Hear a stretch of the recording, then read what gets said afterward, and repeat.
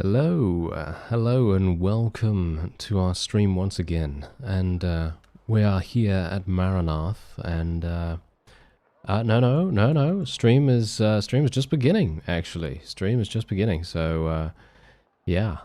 Hey Bruce, hello, and you can only stick around for a second. That's absolutely fine, no problem at all. But thank you very much for the well wishes. And Andrew. You were watching the Necromancer playlist. Aha, yes, I love it. I love it. Which one though? Which one? Because I have a couple of those. There was one in Fantasy Calradia, but if you're talking about the old realms, then yeah, I very much enjoyed that. That was super fun to see magic in Bannerlord. Yes, indeed. Anyway, we're gonna be doing a little bit of something here, and we do have a mercenary contract available to us right now. And I'm actually wondering to myself, do we want to do this? Do we want to become a mercenary for Monchug? In my opinion, I think this is basically a win-win. The only thing that is going to be problematic about this is if we get preyed upon by something. Can you hear me okay, by the way? I just want to make sure that I'm not talking to myself right now. Oh no, old realms. Oh, okay, old realms. That's cool. All right, yeah, I really enjoyed that series actually. Oh, you just got it on console. First time ever playing. Are the controls as clunky on PC as they are on console? Blocking is a chore on Xbox. Okay, yeah. So now here's the thing. I'm gonna say that. Are you using auto blocking? Are you using auto blocking? You do hear me. Okay, that's great. Thank you very much for letting me know, because otherwise I'm literally just talking to myself. That's not really going to work. Okay, yeah, thank you. That's great. And, yes, Andrew, no problem. A different Andrew. And, yes, no problem at all. Sleep well. And, yes, yeah, hello. It's 3 a.m. here in Hungary. Yeah, it is pretty late here as well. I do apologize. Well, it depends on what you call late. It's either early morning or whatever. Anyway, yeah, there's a tournament going on here at the moment, and I'm thinking to myself, maybe we want to do that, and then we'll maybe actually, you know what? Should we just become a mercenary straight away? Yeah, I think that's probably going to be. I think that's probably going to be a good idea. Yeah, Cole, automatic blocking. That's the thing you might want to turn on, because auto-blocking for me basically saves the gameplay. I am very bad, historically, very bad at blocking manually. And while I can do it, it kind of takes away from the enjoyment for me. That's just me personally. Obviously, you know, that's up to you. You know, if you personally like the challenge of having to block, then that's absolutely fine. But there are so many mods out there that give the enemy massive amounts of proficiency, and it's just so incredibly fast. So it's going to be difficult for me specifically to be able to block those attacks. David, I am from the UK. I am from the UK, yes. I always wondered if a controller would be any good for Mount and Blade gameplay. Yeah, I think, I mean, Warband was on console, right? Was it on console? Yeah, I think Warband was on console, right? So I'm not sure, actually. Was it actually? Oh, and now I don't know. Now I have no idea. This game is not as clunky on PC. I just started playing this on Xbox. The controller gets me in trouble a lot. Oh, okay. Yeah, no. Cole, you do not need to worry. I am far and away not that. I am definitely not that good, you know. There are people that are absolutely amazing. They are just incredible with the amount that they're able to block. And for me, I don't even know how they do that. So yeah, it's very much, yeah, it's one of those things. It's, you know, it's either practice. You know, if you care to practice a lot, then you could probably do it quite nicely. But yeah, for me,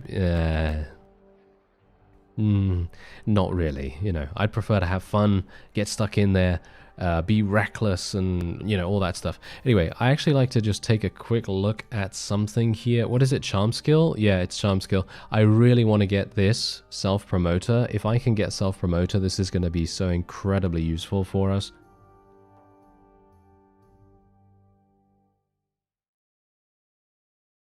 Yeah, Warband on console has 100 soldiers maximum, so it wasn't really a good port. Well, I mean, it depends. I think that depends. What was it on? Was it on the PlayStation 3 or surely it wasn't on the PlayStation 4. I actually don't know. I really don't. I have no idea about consoles actually, unfortunately, but yeah. Oh well. Anyway, I think it's probably a good idea for us to try and get to charm skill 25 because I really want to get self-promoted before we do this tournament. So that means that I'm going to need to do something. So I'm thinking we're probably just going to accept this. We're going to get 149 gold per influence point. I think this is really... I mean, you cannot say no to, you know, an offer like this.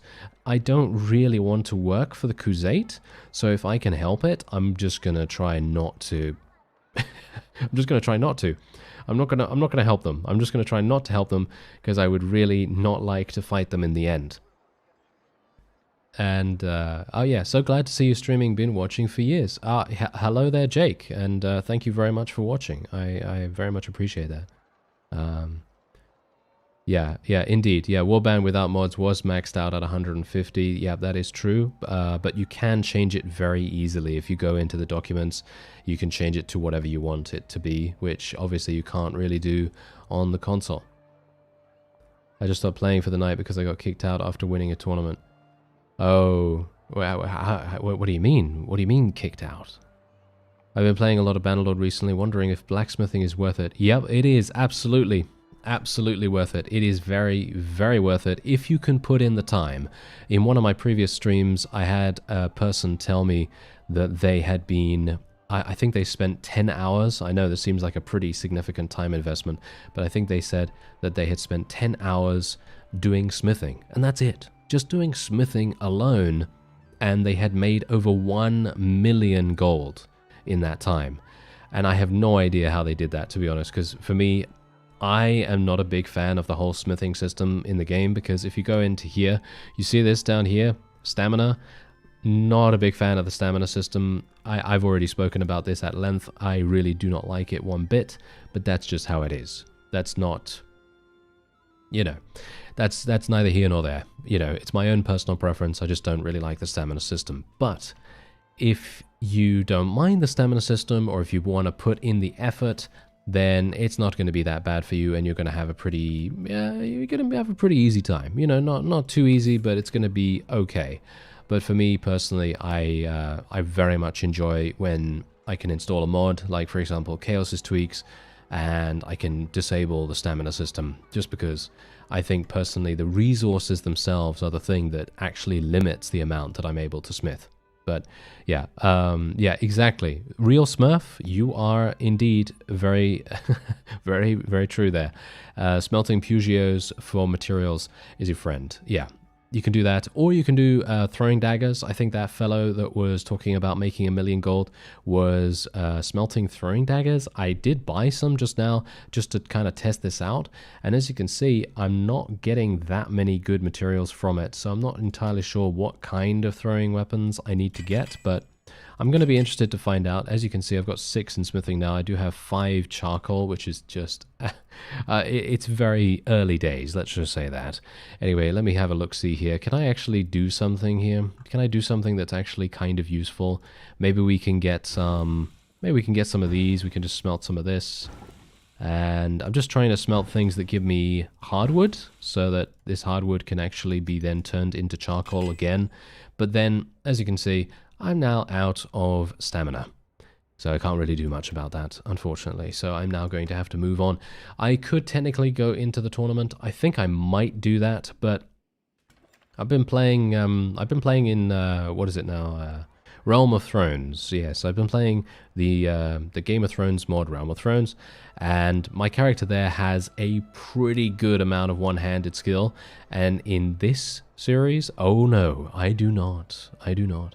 Anyway, Cronin, great to catch the live stream. Love your videos. You got me and my brother hooked on Bannerlord. Okay, well, I'm very, very pleased that you're having a fantastic time, or at least I hope you're having a fantastic time, and thank you very much for watching. Okay, so we're now going to actually move... Oh, hello there, heavy warlord pauldrons. Oh yes, get me in there straight away. Let's get some shoulder pads, shall we? Okay, so this is going to... Oh dear. Do you see who I see? Oh yes, I see Mr. Caladog. This is not going to be pleasant. I've been watching since your first Viking Conquest videos years ago. Whoa, okay, that's a long time ago, reality. Thank you so much for the support over those years. That is very, very appreciated. What mods am I using? I am using, at the moment, only 2. I've actually added one, but it doesn't really change much. It's just for quality of life.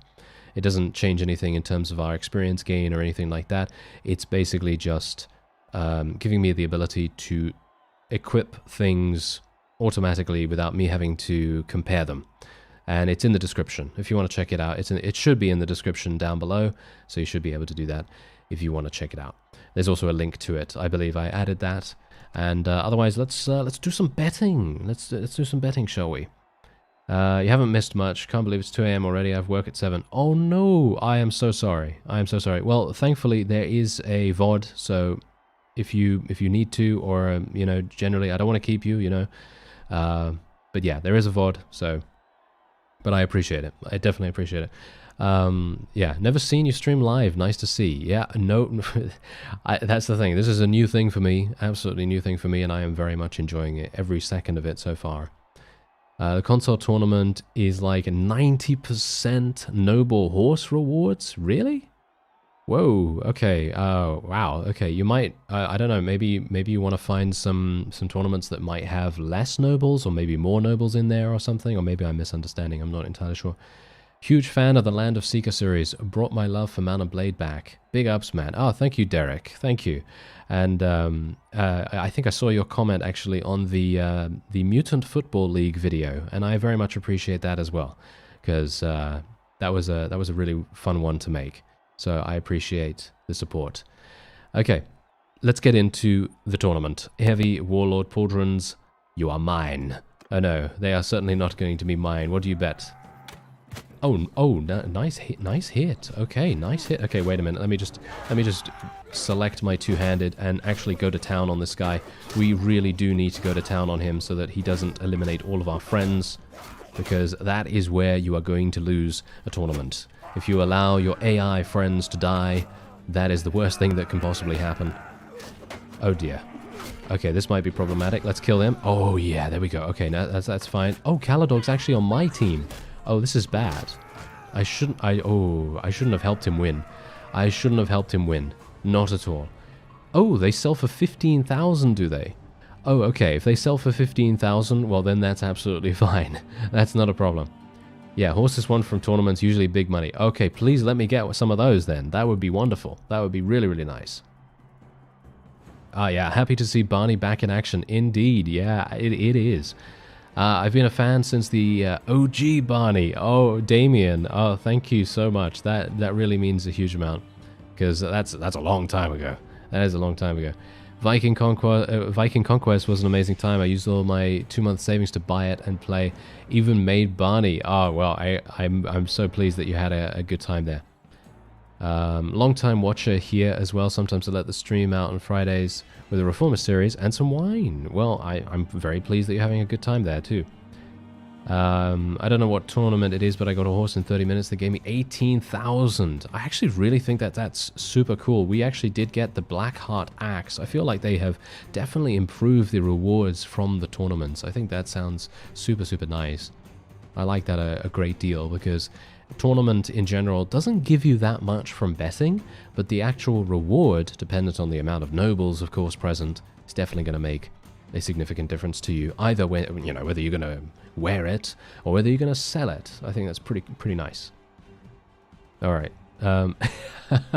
Still thinking about those darn Rodoks taking a certain book the other day. Yes. Oh no, don't remind me. Those scoundrels was they were terrible.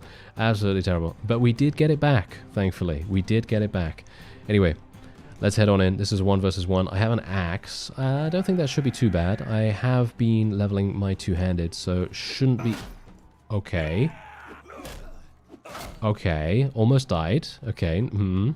I was going to say, shouldn't be too bad. And then the guy almost made me eat my words. That would have been pretty awful. Always great to see you live stream. I'm about to finish the Berserker series. Ooh, Tyler, I love the Berserker series. That's probably one of my favorites, although there are so many favorites of mine, it's very difficult to choose, but yeah, I love the Berserker series. And no, thank you for watching. Thank you for watching. Tourneys are about the only way I can manage to get on my feet in a new game.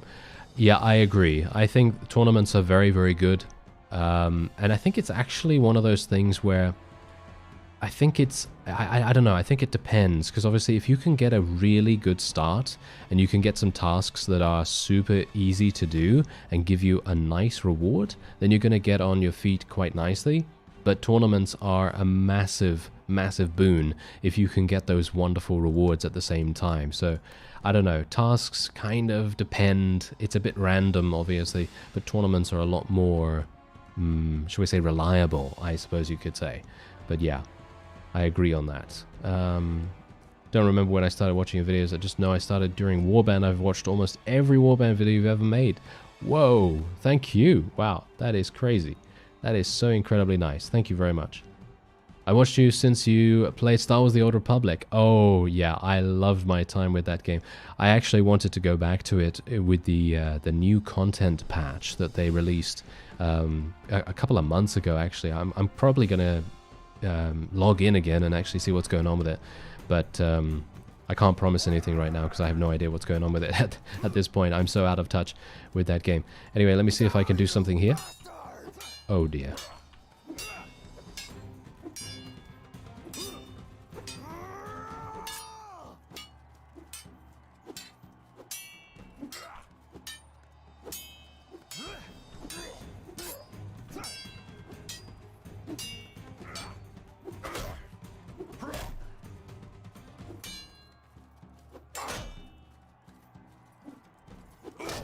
Okay. What? What was that guy on? Was he on something? He was definitely on something, wasn't he? That guy was literally just absolutely crazy. Okay. Yeah. I you know what? I'm out of here. I've got to take a break after that. Okay. No, I'm just kidding. Anyway, let me have a look-see here. I have to leave you people, unfortunately, working morning shift in 2 hours. Oh, I'm so sorry, but there is going to be a VOD, and I really appreciate the support. So thank you very much, and sleep well. Hopefully you'll get a, well, I can't say hopefully you'll get a decent sleep because 2 hours is pretty harsh, but, well, yeah, hopefully, hopefully it's going to be enough. Did you hear about the Knights of the Old Republic remaster? Yes, I did. I think... Who was it that that acquired the studio that is going to make that? Isn't it Embracer? I think Embracer picked up a huge amount of different IPs, and including that, they got the developer that was working on Knights of the Old Republic, and then they switched the team. So I don't know. I can't remember what exactly happened, but it was looking really very impressive. I hunt for tier 6 mounts in tournaments. The massive cash flow of usually 12 to 15k makes the game a bit more forgiving. Simon, yes, absolutely. 100% agree on that. Unfortunately, I'm just not getting very lucky with the horses at the moment. Oh dear, I'm up against another named. Oh my, this is not going to be very good. Okay, let's have a look-see here. Alright. Oh, we've got a two-handed axe again. Okay, let's see what we can do.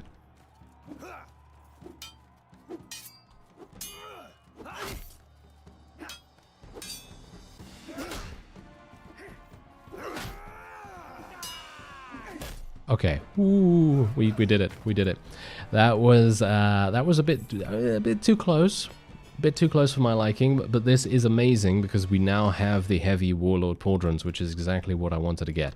So, very pleased about that. I did actually change my autosave interval now, so it's no longer at 30 minutes. I actually had no idea that it was on 30. I thought I had reduced it to 10.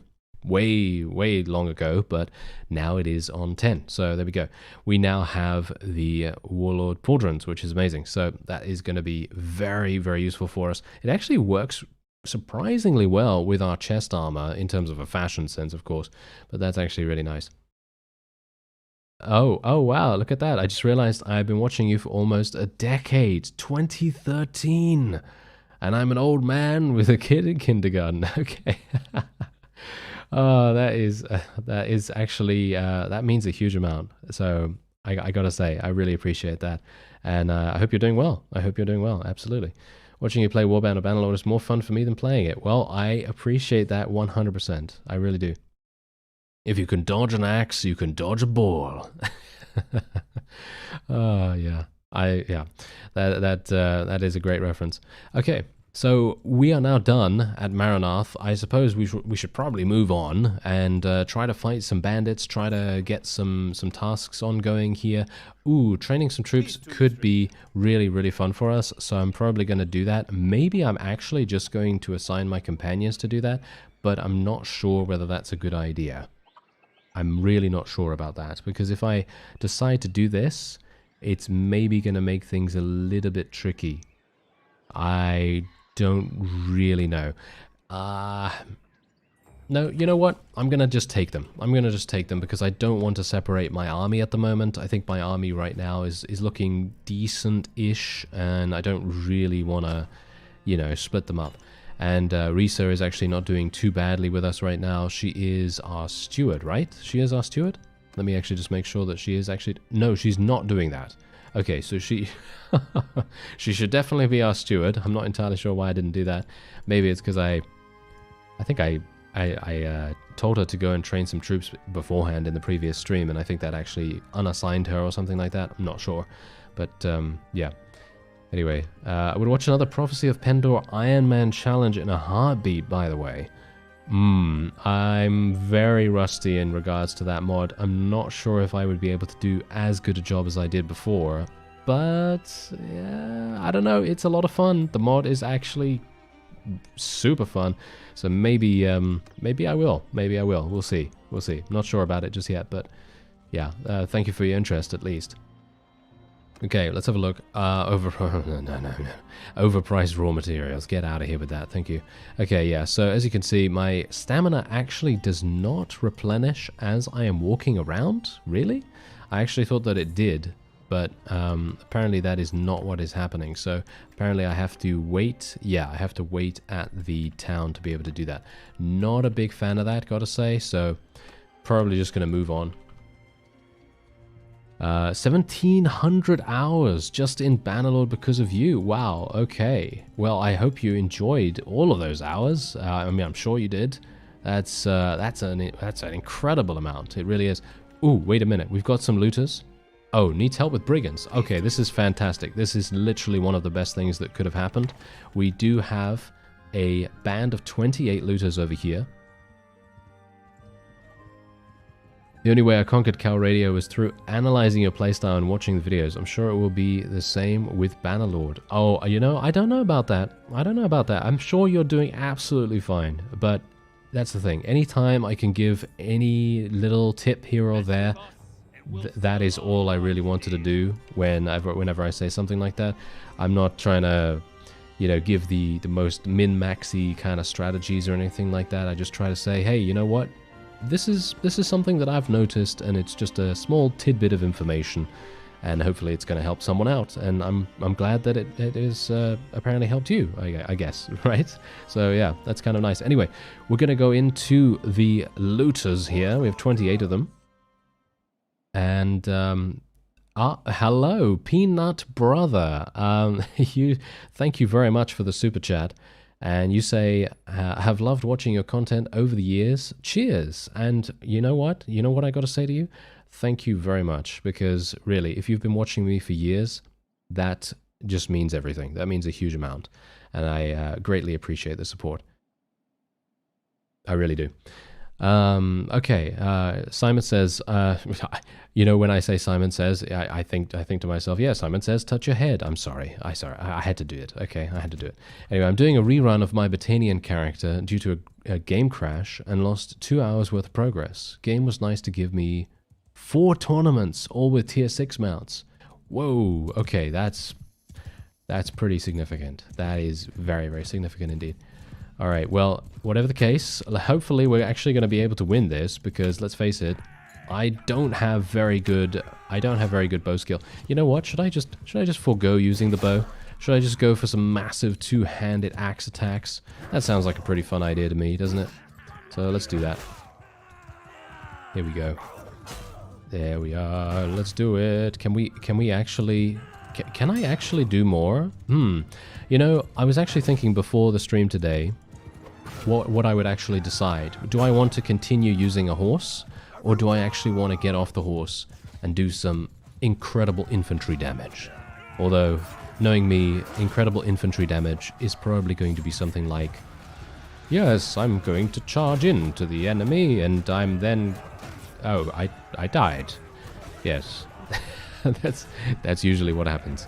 That is usually what happens. Anyway, this is obviously going to be a pretty simple victory for us. Thankfully, it's just looters. Nothing much to worry about. But I'm just trying to get those borrowed troops leveled up. And, oh, I've been sick. Oh, no, I'm so sorry to hear that. I've been sick for a week, and my birthday is tomorrow. Can I get a happy birthday? Happy birthday, Joshua. Happy birthday. I hope you have a good day, even though, well... Obviously, you're not feeling too good, so I'm very sorry to hear that. But yeah, hopefully you're gonna get to take it easy and have some fun, and you know whatever it is you do to enjoy yourself. Anyway, let me see what I can do here. Raiders. I like wildlings. I like wildlings. So let's go for some skirmishers. Botanian Fian right there. All right. Let me see. Did I actually miss any messages right here? I'm actually not entirely sure. What? Oh, Tony says, what does changing the order of the units in the troop screen do? Does it have any effect in battles? Okay, this is a thing that I do. I'm not sure if it actually helps in Bannerlord. I think it does, but this used to be a thing that you could do in Warband where you basically make it so that the troops that are higher up in the list, they will spawn into the battle first. And as far as I'm aware, it does work the same way. But obviously I could be wrong. Maybe they changed it or something like that, but I don't think they did. So I would recommend just trying that out. But generally what I like to do is I like to put these borrowed troops at the top here because I always want them to be spawning into the battle because I want them to get as much experience as possible and as quickly as possible, basically. So that's the only reason why I would do that. Otherwise... If you have really high tier units, and I'm talking about these Botanian Fians, for example, let's say you have 50 of these or whatever, you're going to just put these at the top and then they're always going to spawn in to the battle first. So you make sure you always have your strong units at the front in the battle and they can help you out. So yeah, that's generally how it goes. Hopefully that's helpful. Are there any swinging pole arms with cut through anymore? Yeah, there should be, right? Long glaive? Isn't the long glaive actually available, or the war razor? I think the war razor is. Oh yeah, don't even get me started on the war razor. I think they actually changed the war razor to a sword, but I could be wrong about that as well because as I say, I've played every single version of Early Access, and now it's in the full version. Now it's kind of a bit. You know, kind of a little bit confusing sometimes, because sometimes, you know, I think to myself, oh yeah, the War Razor was really amazing when it first, you know, when I first learned about it, and then they changed it to a two-handed sword away from a polearm. So, yeah, that, long glaives are still viable. Thank you. Okay, good, there we go. We've got some confirmation right there, so that's great. And, oh, you found your tracker, and... You have 20 Botanian Noble Archers. Ooh, yeah, that is gonna be super nice. But yeah, if you want to use polearms, highly recommended to get a slashing one. Get a slashing one. A Manavlion is amazing. Gotta say that. I think a Manavlion probably my favorite. Favorite? No.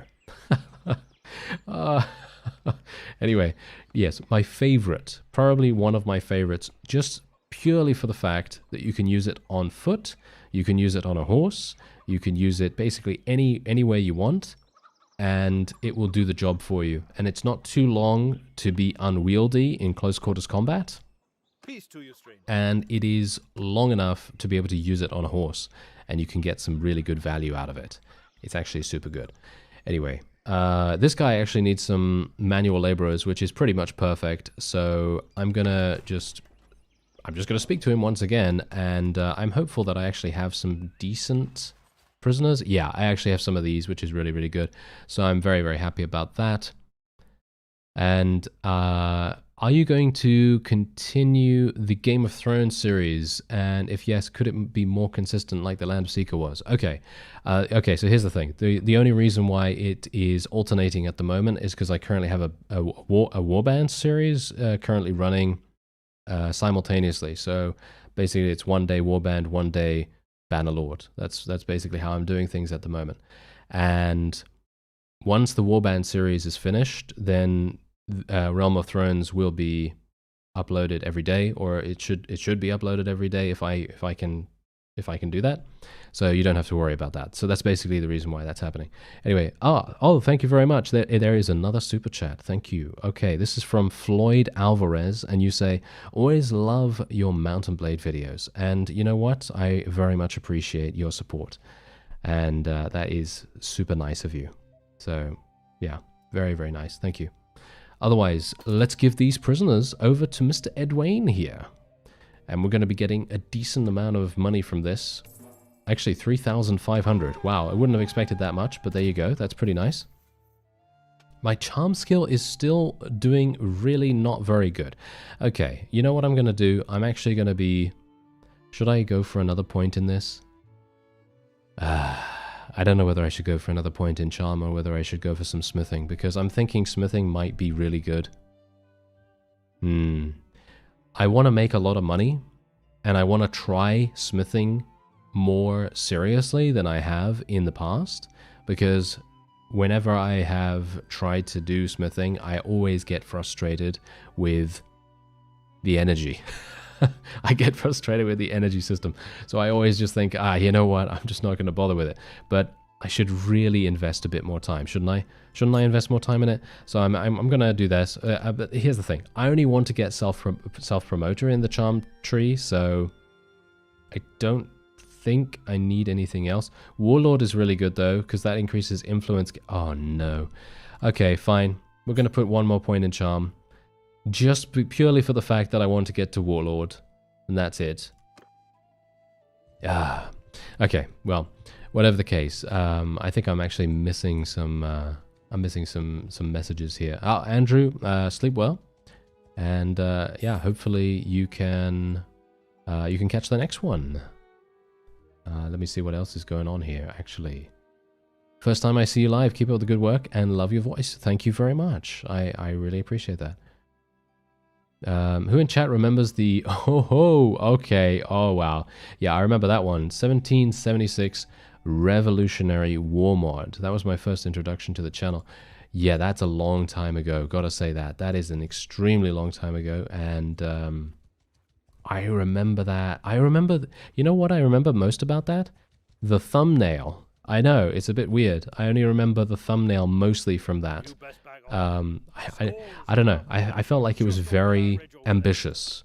The mod itself was very, very ambitious, and I very much enjoyed it when I was playing it. But yeah, it's one of those. It's one of those. Anyway, let me see here. Woodrunner, Skirmisher, we're going to go for more of those. We want more wildlings, of course. Let's actually give Risa some stuff, right? Let's give Risa some stuff. As you can see, she actually needs a couple of upgrades. Let's see. Does she have any... She doesn't have any riding skill, right? No, she has very little riding skill. So I'm just going to lock her horse, and we're just going to upgrade her with all these other things right there. And there we have it. Okay, so here's the thing now. We are a mercenary with the Crusade. And technically what we could do is we could continue to just run around here and recruit some extra people. I mean, we generally do have a much larger party now as well, because we have Risa with her 100 steward skill doing some pretty nice business right there. So I'm actually pretty happy with that. And the more influence that we can make, the more money we're going to make from the mercenary contract, which is exactly the reason why I wanted to take that particular charm skill. It's so incredibly good. How much did I get for that? Did I get 3? I think I got 3 for that. I don't actually know, but yeah. Okay, wait a minute. What are we seeing here? What are we seeing? I could get a smithing companion. Actually, very true.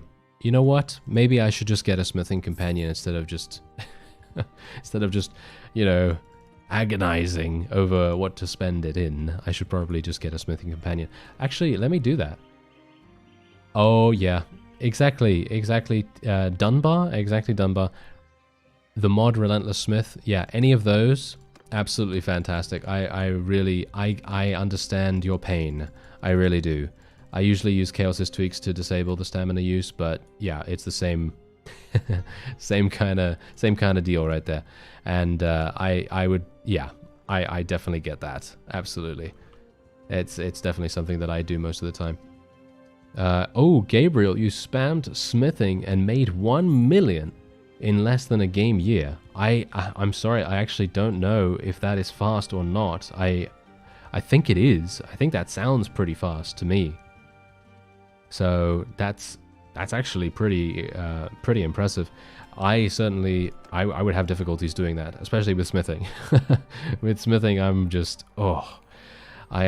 not good at it. I am certainly not good at it. Okay. Okay, so yeah, actually what we're going to do is we are going to get, hopefully, I need to complete some more tasks. I need to complete some more tasks so that I can finally get to 25. I really need to get to 25 charm skill. That is going to be so incredibly useful. It really is. Okay. Whoa, Rolly. Still remember the first time I saw your channel back around 2014.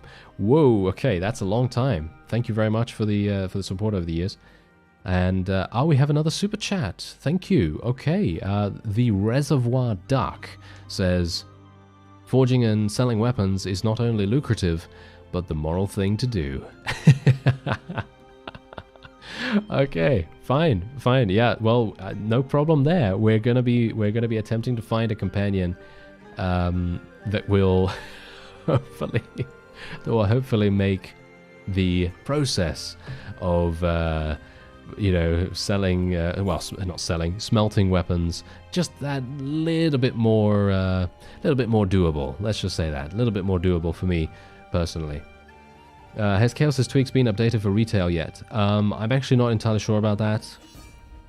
I know some things have been updated, like for example Super Speed. Super Speed has been updated, as well as Best Auto Equip. I'm using both of the updated versions. You can see them in the description, but I'm not using anything else at the moment. And apparently the Crusade have now declared war against the Azarai. Can we kill these Sea Raiders, please? I would love to be able to kill these. Yes, there we go. Alright, perfect. And we're actually going to go into the fight here, I believe. It's a public service. Yeah, okay, fine. Usually they're just left rotting in my bags, in my inventory. That's usually where I keep them until I need to sell them, and then all of a sudden I find out, oh, I have over 200,000 golds worth, and I can't offload it anywhere. You know, that's kind of what happened. That happened in the Land of Seeker series, actually, where I just had so much loot I couldn't offload it fast enough at any of the marketplaces. It was actually kind of incredible. Anyway, I've spent all day, and finally, really, Timothy, really, all day, and still 100. Wow. That's a long time. That is a long time. Whoa, okay. Yeah, I think it's probably a good idea to get a smithing companion. That would be much, much better than, grinding away. Because obviously I have, I think I have 1 in smithing, right? I think I have 1 in smithing, or I had 1 in smithing. Now I have like 9 or something. So yeah, it's probably going to be a good idea for us to find a smithing companion that has around 60 or 80 in smithing already. That's probably going to be kind of useful. Yeah, that is harsh. That is really, really harsh. I feel like, you know what? I feel like there should be something in the native gameplay options that allows you to just increase the speed at which you can level up your skills. And I'm not talking about mods here, because obviously console players, they can't use mods. So it would be cool if that was actually included in the native version of the game, because then that would just be so much easier for them, and they wouldn't have to spend all day, you know, grinding away at smithing. Unless obviously that's something you enjoy, you know, that's absolutely fine, but that's the reason why there's an option for it. Or there should be an option for it, in my opinion. I think that would be a lot of, you know, a lot of nice quality of life improvement there. Anyway, oh, Sea Raider Chief, you didn't even know what happened. He is out of there. He is out of there. Can I actually do some more damage? Thank you very much. You know, it's so, it feels effortless to actually do damage with this weapon. I don't know what it is. Well, it's probably because it's one of the best axes, but yeah, apart from that, it does feel very fun to use this two-handed. Ooh, 3.9 influence. Okay, pretty nice. Nice. I like that. And I like the idea of a simple blacksmith working his way up to kingdom domination through honest work.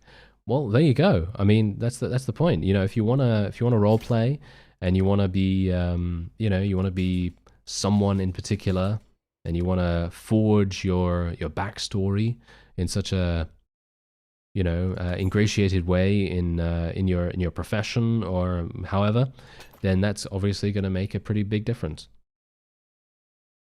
Let's see. I still haven't finished your series on Clash of Kings, but I'm halfway through. Oh, which one? There's so many. Oh no. Yeah, that's the thing. I personally, I really liked. What is it now? I liked the. It's a bit. See, here's the thing. It's a bit confusing because at the time I was playing a number of different versions because the creator was coming out with updates quite often. And I would create, I don't know, 20, 30 episodes of one version, and then the next version would come out, and then I would be like, oh, okay, how am I supposed to do this? Because you know, obviously it's not save game compatible, right? Usually it wouldn't be save game compatible. So then I would have to export my character into the new version, which would be a little bit iffy. You know, sometimes it is a little bit iffy when you do that kind of thing. In Warband, at least, it was for me. And then all of a sudden, I'd make a first episode, and then someone would go, why do you have such a powerful character? And then I'd be like, well, it's because I exported this guy, you know. That kind of thing happened a lot. Yes, it did. Okay. Let's have a look. You could always use the encyclopedia to search for a smith companion. Yeah, absolutely. Yeah, I was actually planning on doing that, but I very much appreciate you letting me know, or reminding me, and indeed, you know, letting other people know too. That is very nice. And generally, that's one thing I gotta say. They have made the encyclopedia incredibly good. Really, really nice. They have made it so much better than it used to be. And basically, you can go like this. You can just do, like, for example, Spooksman. Spooksman just said this, the Smith. Apparently there is no one called the Smith, unfortunately. Wait a minute. Maybe I can look here. I'm looking. There's no one called the Smith by the looks of things. Maybe the engineer? The engineer might have. No, the engineer has engineering. Who would have expected that? Who else has... Oh no. Now we're having some problems. Now we're having some problems here because I cannot find a smithing companion. What do you bet I can never find a smithing companion to save my life? Oh, there's a trading one, but we already have a trader. Oh, wow. Okay. I do not know. Scholar? No, that's engineering once again. If you remember correctly, it was the 7.0 series. Yeah. Okay, yeah, that's a very up-to-date version. And I gotta say, very much I enjoyed that one. We did have some very intense battles in the previous versions, though, I gotta say. But yeah, that was a fun one too. Let's see now. Charm. I'm looking at the same people over and over again, which is really not a good idea. So, is there no one that actually has smithing skill right now? See, now, this is exactly the reason why I'm always talking about things like... I feel like... companions should have more of an identity. I know this, you know, I've talked about this before, but I feel like they should have more of an identity where they have a specific thing that they do. And you can see here, I'm looking through all of these, and they do not have they don't have a smith for some reason. They do not have a smith. So that is kind of interesting and a bit weird. Because, oh, that Deadeye guy is crazy good. Look at his crossbow skill. Wow, he's got amazing one-handed as well. Don't want to fight him in a tournament, that's for sure. Although, to be fair, if he wins the tournament, then we still get the reward, technically, I suppose. So it's not that bad, I guess. But yeah, I am not finding anyone right now. We've just got engineers. And we've got... There's a scout. I mean, a scout is pretty decent, but... Wow, I'm really not finding any... Wainwrights are engineers too. Yeah, I mean... yeah, that's the thing. Let me see. Wait. Did I actually look at the Wainwright already? Where is he? There. No, it's a woman.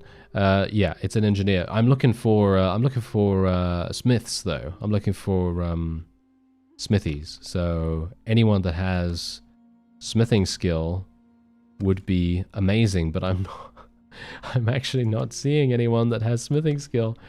Are you serious right now? Did they really randomize the entirety of these companions and then not give me one smithing companion? No. Apparently not. Coalbiter and Ill-starred are smiths. Okay, wait. Coalbiter. I'm not seeing it. No, I'm not seeing anyone called that. Oh dear. Oh my. Okay, well this is problematic, isn't it? Ill-starred. Ill-starred? Nope, it doesn't seem like that. Nope, it doesn't seem like that is available. Alright, that is problematic. That is problematic. I'm gonna assume that maybe, just maybe, if we are lucky, we might get another smithing companion that will maybe appear at some point, or as some of you have already mentioned, maybe it's going to be an idea for me to just get a companion and just dedicate them to being a smith. Apparently that's apparently that's what's going on. All right, wait a minute. I've actually missed some things here. Mr. Kale says, finally catch the stream. How are you doing? Okay, well, I'm doing pretty good, apart from the fact that we cannot find a smithing companion. I have no idea why not. But yes, we cannot find one. How are you doing? Hopefully you're doing all right. And the Wanderer has smithing, if they are Empire. Okay. Oh yeah, we should probably see if we can marry someone as well. Yeah, that would be pretty cool. Let me see. Did I miss it? Ah, you're my favorite mountain blader. Thank you. And thank you for uploading videos. I've been a viewer for a long time now, and your videos are great. Says the Hooded Ranger. Thank you so much. I really appreciate that. And I hope you continue to enjoy. And hopefully we will indeed continue venturing forward through Calradia and actually find a smithing companion. Can you tell that this is literally, you know, the thing that is going to be my proverbial bugbear throughout this entire series now, because I'm going to be always thinking about the fact that we just don't. Peanut Brother says, do you have death enabled? Maybe it's time to send some companions into battle to reset the pool. Yeah, I do have death enabled. So we'll probably do something like that. We will probably do something like that. Anyway, let's actually escort this merchant caravan for the moment. This is going to be a fantastic thing for us to do. Actually, you know what? Oh no. Do I have time? We're just going to sell the prisoners real fast, and then we're just going to follow them. There we are. Okay.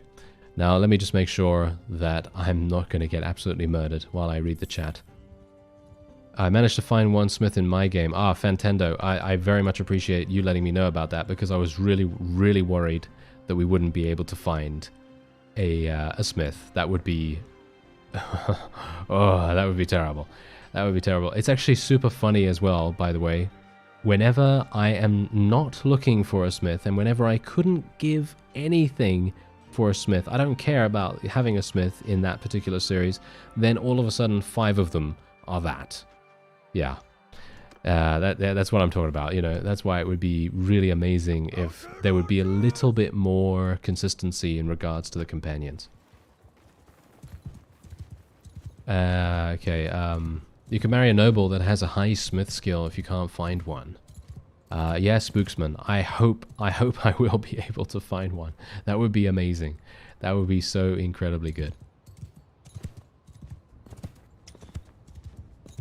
Oh, you found Pole March? Oh, okay. Well, that might be good. Love your work, brother. Keep rocking it. Been subbed for a long time, my friend. Thank you very much, Brian. Thank you. That is very much appreciated. Oh, wait a minute. I need to charge people in. I actually need to charge people in. I'm reading chat too much. I'm reading chat too much. Anyway, let me actually see if I can get a couple of kills here. You know what I really need to do? I really need to start attacking with my bow. You know, I need to start attacking with my bow just that little bit more, because as it stands right now, I'm just addicted to using my two-handed axe because it is just so incredibly fun and very, very effective. And it's just one of those things that you just think, oh, look at that, 78 damage, no frustration, 200 damage. Yeah, look at that, so incredibly simple and easy. And then on the other hand, you've got my bow, who does 20. Yes. Yeah, it's that kind of thing, you know. I'm going to have to use it at some point because it is definitely going to be worth it in the end. But at the moment, I'm having too much fun.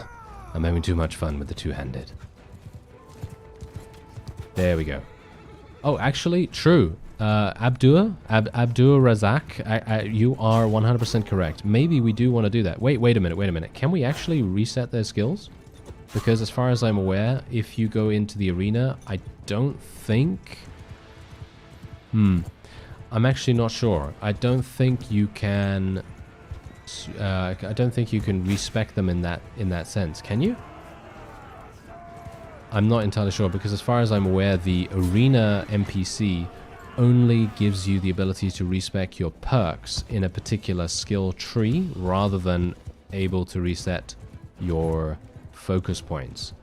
But I obviously haven't tried it, so maybe I need to try it, right? Maybe I need to try it. Maybe I need to go to one of their character trees and have a look and see what's going on with it.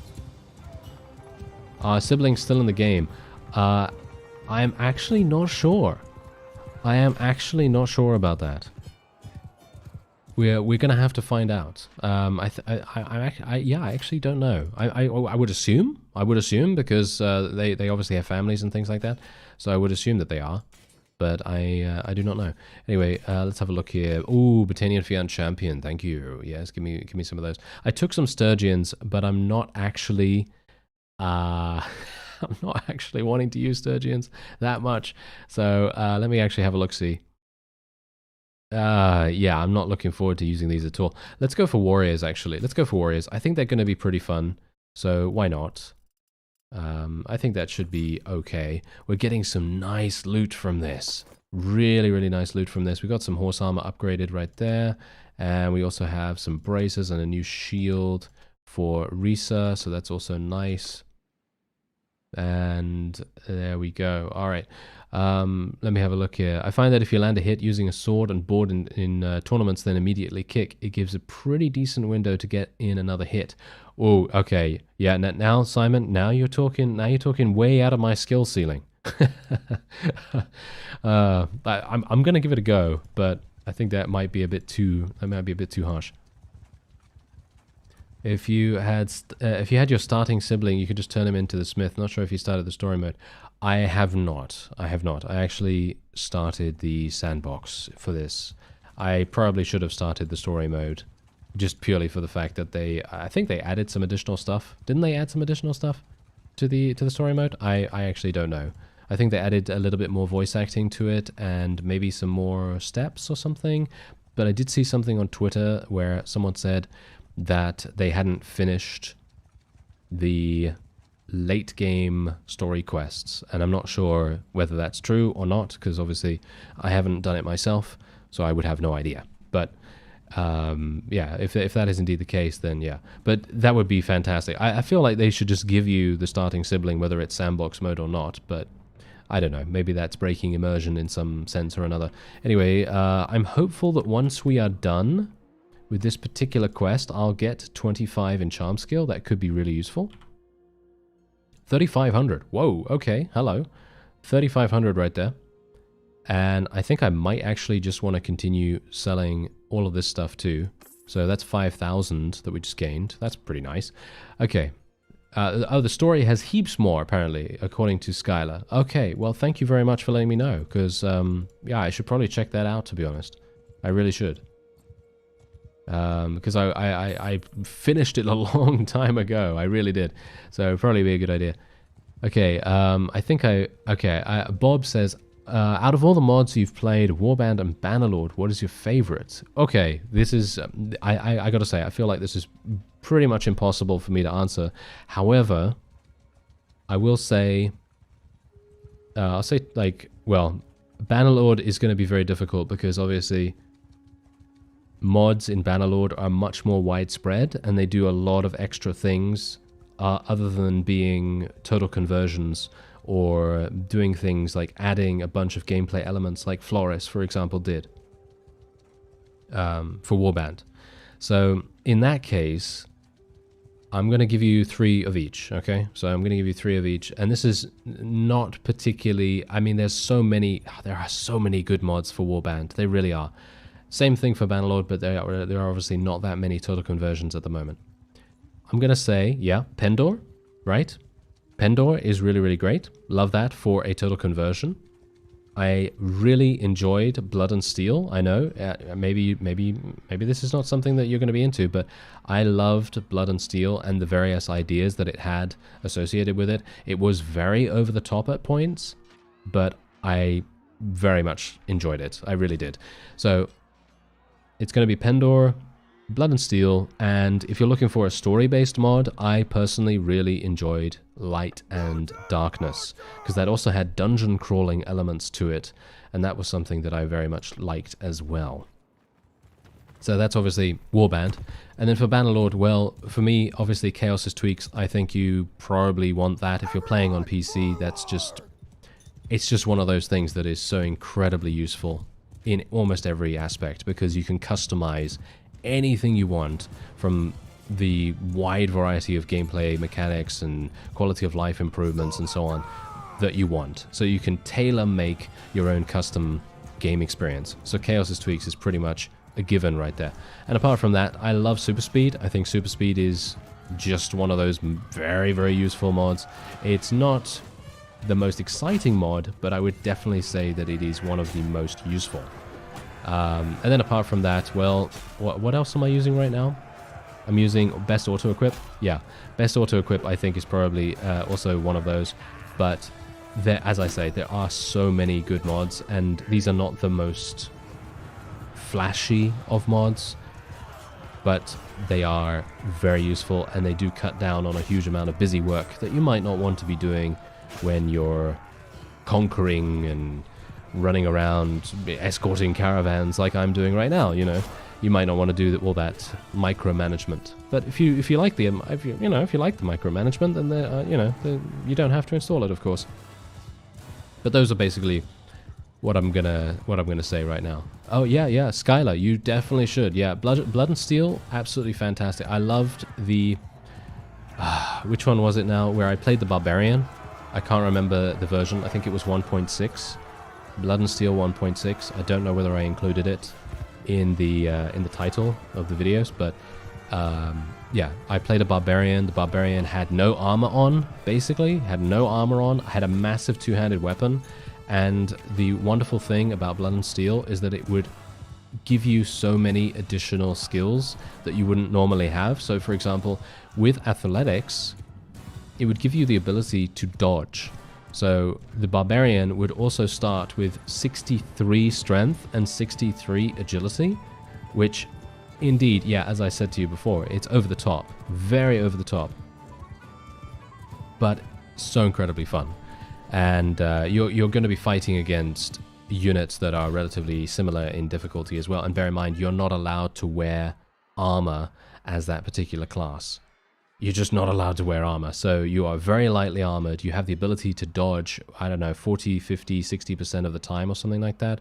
And you're also moving very fast because you have, what, 8 or 9 in athletics or something like that, which is pretty crazy. Anyway, yeah, there you go. I went on a bit of a tirade there, but I felt, you know, hey, you know what? I'm going to give a decent overview of all the mods, but I might have gone a bit overboard. As I do. You know me. Yes, you know me. All right, well, let me have a look-see here. I missed a lot. Yes, I missed a lot. In your opinion, what is the strongest faction in Bannerlord in terms of units? Okay, I'm going to say Khuzait or Empire. I think Khuzait or Empire, because Empire, they have the Manavlions, they have really good infantry, really good infantry. Their cavalry is pretty decent too. They also have horse archers. They have crossbowmen and archers, regular archers. And they're basically, for me personally, I don't think they have a weakness. I don't think they have a weakness. So Empire for me is probably going to be the strongest, but it depends on what you want to do, because I've obviously played with almost every faction, I think, as a loyalist in most of my series. So I've basically done things like I've played with only Sturgians, or I've played with only Khuzait. My second ever series in Bannerlord was actually playing as a Khuzait Khanate loyalist, where we would only use Khuzait units. And I personally found that to be one of the strongest ways for you to win in field battles. So they're really good. They're really good for field battles, at least. And in general, they're actually not bad at sieges either, because, of course, nowadays you can destroy the walls, so you can pretty much just destroy the walls, you can go in, and then everything's a lot easier for you. So it's very much a case of how you want to play, I feel. But I would definitely say that Empire is looking pretty strong at the moment for me. And we can now send the troops back. Okay, that's actually looking pretty nice. I like it. So let's send the troops back for 2,500. Not actually as much as I was hoping for, but that's absolutely fine because we've got 22,000 right now. We're doing pretty decent in terms of money. And we're also going to be getting some more money when we do the completion for this task. And did I not get any charm skill for this particular task? No, it seems like I didn't. Okay, that's kind of sad. Oh well, never mind. Loving the Forbury mod at the moment. One of my favorites, especially on a less noble type of playthrough. Yep, absolutely. Spooksman, 100%. I agree with you right there. It is super, super fun to play a criminal / bandit and to try and make your make your way in the world with everyone being very aggressive towards you.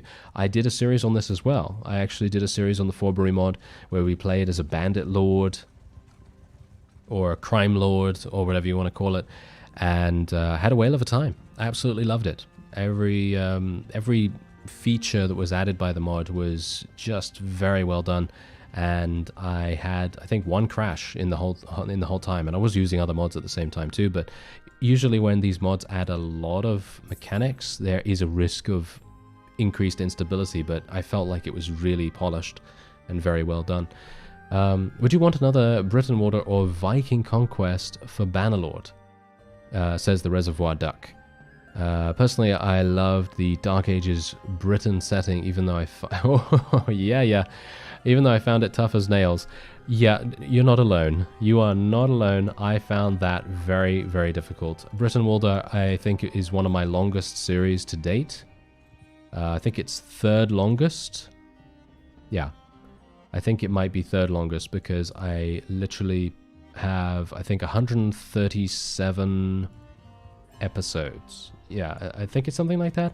I'm not entirely sure, but yeah, it's a lot. There's a lot of episodes in Britain Water, and I distinctly remember playing in one of the late game sieges, and I literally had a situation where they were attacking with, I think it was over 700 or 800 or maybe even more than that. It might have even been over 1,000. I can't remember now. It's literally, what, 9 years ago. So yeah, my memory is obviously not going to be that accurate.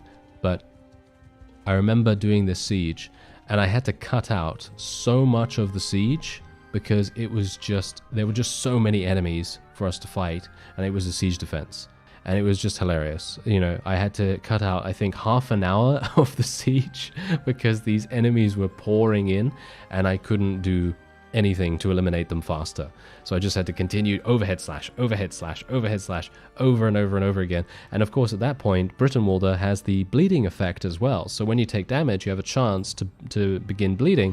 And I was bleeding this whole time from, like, what was it, 60 HP or 50 HP or something? I don't know.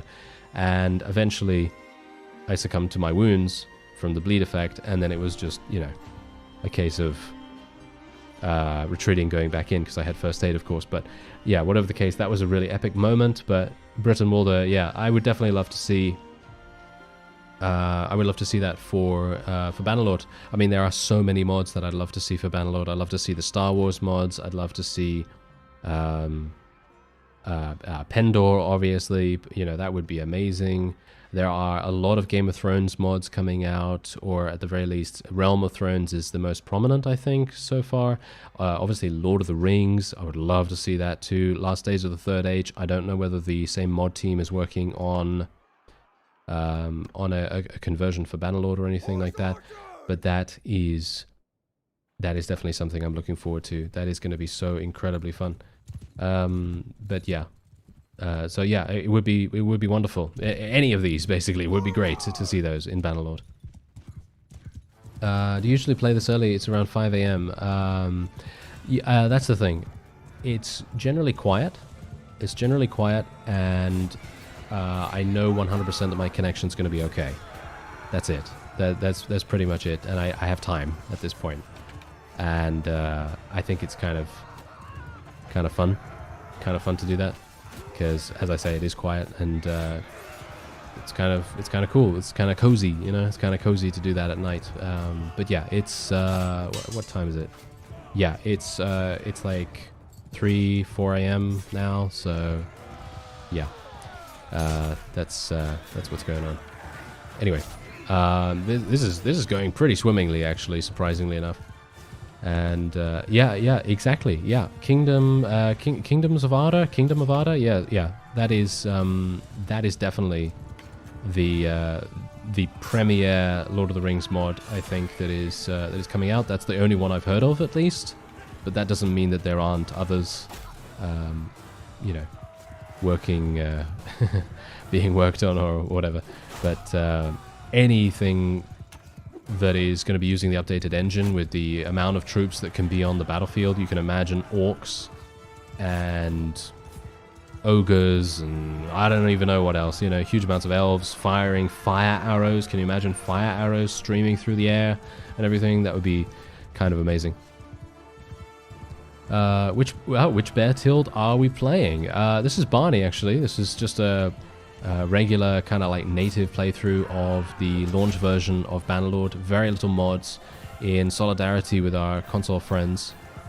So I'm only using 2 mods. You can check those out in the description if you care. But yeah, we're playing as Barney right now. This is just, you know, my kind of default character that I tend to choose when I can't think of a name, because I'm actually fantastic at names, as you know. Oh yes, very much. Anyway, let me see here. We're going to go for footmen, I suppose. We'll go for some more skirmishers. I want to try... I think Vlandian pikemen are better than the Vosgiers, right? I think so. I'm not entirely sure. Anyway, Britannian veteran skirmisher. Ooh, yes. Give me more Britannian Fian champions. That actually reminds me, I need to go back to the Britannian noble village, and I need to recruit some more nobles. That is definitely something that I need to do. And if I need to get rid of some Sturgians, then that is just how it's going to have to be. Oh yeah, actually, true. Warhammer 40k and Warhammer Fantasy. I'd love to see some more mods in Bannerlord for those universes as well. I mean, obviously we already have the Old Realms. The Old Realms is looking actually fantastic right now. And played 2 full series in that mod as well. Really great. Has magic. It has only 2 factions at the moment, but they are looking very polished and super, super cool looking. So I like it. I was hoping it was Bruce. Bruce is my favorite. Oh, I'm so sorry. I am so sorry, Satoshi. You don't have to worry about that. When there is a... Usually Bruce is my Ronin slash samurai slash bandit kind of character. I don't know why that always seems to happen, but usually it goes like this. Barney is kind of like my default, so I'll just choose him whenever we're doing something that's kind of like a bit more standard, so like this.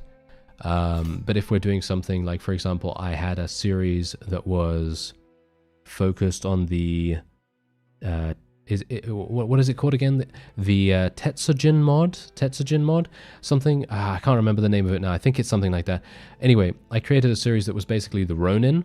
I was playing as a Ronin, and there was a faction added to Bannerlord that was based from Japanese history, and I was a vassal of that faction, and I create Bruce. I created Bruce in that, and that was a full series. There was like what 56 episodes, I think, or something like that. So if you're interested, there is something there for you, if you haven't seen it already, of course. Okay, so let me actually have a look. See here. Phil says hello from Leeds, my friend. Hello, Phil. They do much bigger damage, much higher damage with their polearms, but honestly have the same armor. Oh, they do much higher damage. Oh, okay. So Vougiers are obviously better than Miller. Okay. I will try to remember that then. I can't get the old realms to work. Oh, really? Why is it not working for you? Oh yeah. What is that setting now? I seem to remember there was someone that actually one of the modding team was kind enough to actually be in my comment section throughout both series, and he was giving a bunch of advice to all kinds of people. And there was, I think what it is if you can get through to the main menu and you change your texture streaming budget to high, then I think that can prevent a crash. But I think that crash is related to going into speaking to the Magister to learn spells. So if you can't even load up the mod to begin with, then obviously that's not going to help you. But if that is your issue, then, well, there you go. There's the solution to it, I guess. If it's actually, you know, the thing that is a bit of a problem for you at the moment, at least. Anyway, yeah. So, you finally got Realm of Thrones to work, and a lot of the credit goes to you. Really? Okay. I'm not sure why I helped. I didn't create anything on it, but maybe I said something that helped you, which is great. I am very, very pleased that my somewhat incessant rambling sometimes can be helpful. Let's just say that. Hello from Ohio in the US. Whoa, that's a long way away. But hello, Bob, and very nice to see you here. All right, let me see what I can actually do here. There's a lot of stuff that we could potentially sell here. We're going to just give Risa the shoulders. We're going to sell this stuff. 1,400. Not bad. Not bad. Let's sell that for 1,900. We've got 27,000. I'm thinking we might want to go for something like that. Actually, there is a tournament here. Did I level up my... Oh, are you serious? I still don't have 20... You know what I need to do? I actually need to propose... this is never going to work, obviously, as a mercenary. As you can see, mercenaries cannot propose policies, and I cannot vote on things either. So even if I were to decide to, you know, do this, it's just not going to work. Me voting on this is just not going to work. So that's a big problem. There's not much I can do. I need to get to 25 charm, but I need to be able to do tasks to get that charm done. Oh, hello. Okay, this might be okay. This might be all right. I'd like to maybe marry someone. Maybe I should try to marry someone. I'm not sure. Maybe that would be a good idea. Can you try the hot butter? What is the hot butter mod? What is that, Daniel? What is the hot butter mod? I have no idea. I have never heard of that. What does that do? Even my regular game keeps crashing. I'm not entirely sure. I even unblocked the files. Oh, really? Okay, I'd recommend, if you're having a problem with just regular game crashes, one thing I did to actually prevent crashes is literally just download the Butter Launcher mod. If you download that, it replaces your regular launcher, and then it completely eliminated a lot of crashing problems for me. If you don't have, well, should we say, if you already have that installed, then, well, I apologize because obviously you already have it installed, but if you don't, I'd recommend getting that because it is very, very useful and has helped me in the past to prevent crashes. Trading 1 dinar with the Lord. I think they removed that. I think they removed that, Spooksman. I don't think that works any further. Because I did that a long time ago and I don't think it works now, but I can check. I guess I'm gonna say hello to Mr. Caladog here, and I'm gonna give him 1 dinar. Okay, I'm gonna give him 1 dinar just so we can test it out. Mick Zico says, "Are you from the US?" I am not. I am from the UK actually. I am from the UK, England more specifically, I suppose. Yeah. Anyway, where'd you get the two-handed, powerful two-handed axe you've been using? I got that from a tournament. I was very lucky, actually. A tournament in Vlandian territory. And there is a difference between a butter lib and butter launcher. Yes, absolutely. Yeah, butter launcher is really, really good. Oh, you were joking. That's the thing. I have no idea. I had no idea that was actually the case. And thank you to Spooksman for elaborating on that. Okay, I had no idea that was the case. All right. Well, it's good to know. Very, very good to know. Okay, so 1 dinar. I don't know whether that actually gave me the charm. No, it doesn't give me anything. As you can see, didn't seem to give me anything at least, which is very sad. Very, very sad indeed, but well, never mind. Combat tips is what I'm going to take in the leadership tree, and increase my mount's top speed. I think I'm probably going to take that, or although if I'm going to be a horse archer, probably going to be a good idea to do Sagittarius, I suppose. And what else do we want to do here? Increase your damage with two-handed weapons by 50% against mounts, or 40% more damage to shields with two-handed weapons. It depends. What do we want to do? Do we want to destroy shields really fast? Or do we want to increase our damage with two-handed weapons against mounts? I don't know. Yeah, we're going to go for shields. We're going to go for shields, I suppose. That sounds pretty good. I'm surprised that King Harlaus was not the thing that was added through the hot butter mod. Because let's face it, he is indeed the original Bannerlord, isn't he? Yes, indeed. Okay, let's go for another point in charm, because charm is always going to be kind of useful. The axe is called Black Heart. The axe is Black Heart.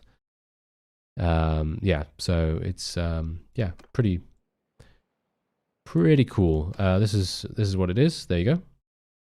123 swing damage. Its swing speed is pretty slow, but yeah, I think it's pretty awesome. Okay, so yeah, they did. Yeah, exactly, Rabbit. Yeah, they did patch out the 1 dinar thing a while ago. But you know what? I'm willing to try it. You know, I'm willing to try those kinds of things because you never know. Maybe it's gonna work. Okay, so this guy actually does need my help. What does he need? Okay, what do you need? You need more horses. 3 Botanian hobbies. I think I have 3 Botanian hobbies. Do I not? Yes, I actually have exactly 3. That is hilarious. Okay, that is actually hilarious. And indeed, Harlaus is your spirit animal. I don't blame you. He does like to feast, doesn't he? He does like to feast. Okay, so yeah, now we can actually do this. Here are your horses. There you go, 2,100. That was literally the easiest task I've done in a long time. Boom. That was very nice and simple. And oh, look at that. That task literally gave me what I needed to be able to get self-promoter, which is fantastic. So that means I can now earn influence doing tournaments. That is very good. G. Williams says, I remember finding your channel and discovering how awesome Mount & Blade Warband could be. I'm glad you're still at it and inspiring more players. Thank you very much. And yeah, I hope you had a whale of a time with Warband just like I did. And maybe you're still having fun with Warband / Bannerlord. Either one, you know, they're both great. I've been putting off starting Bannerlord again because I was playing heavily modded last time, but damn it, this might make me start again soon. Well, I mean that's the point. Here's the thing, yeah. If you like Bannerlord in general, it's so incredibly fun to be able to change things up in a certain way. So even if it's something that you're getting burned out on or something like that, you can always just change it up by deciding to only use one kind of unit type, or you can download a mod that changes things fundamentally. Like for example, the Forbury mod. We were talking about that earlier in the stream, and also no homo. I fell asleep to your playthroughs for some time.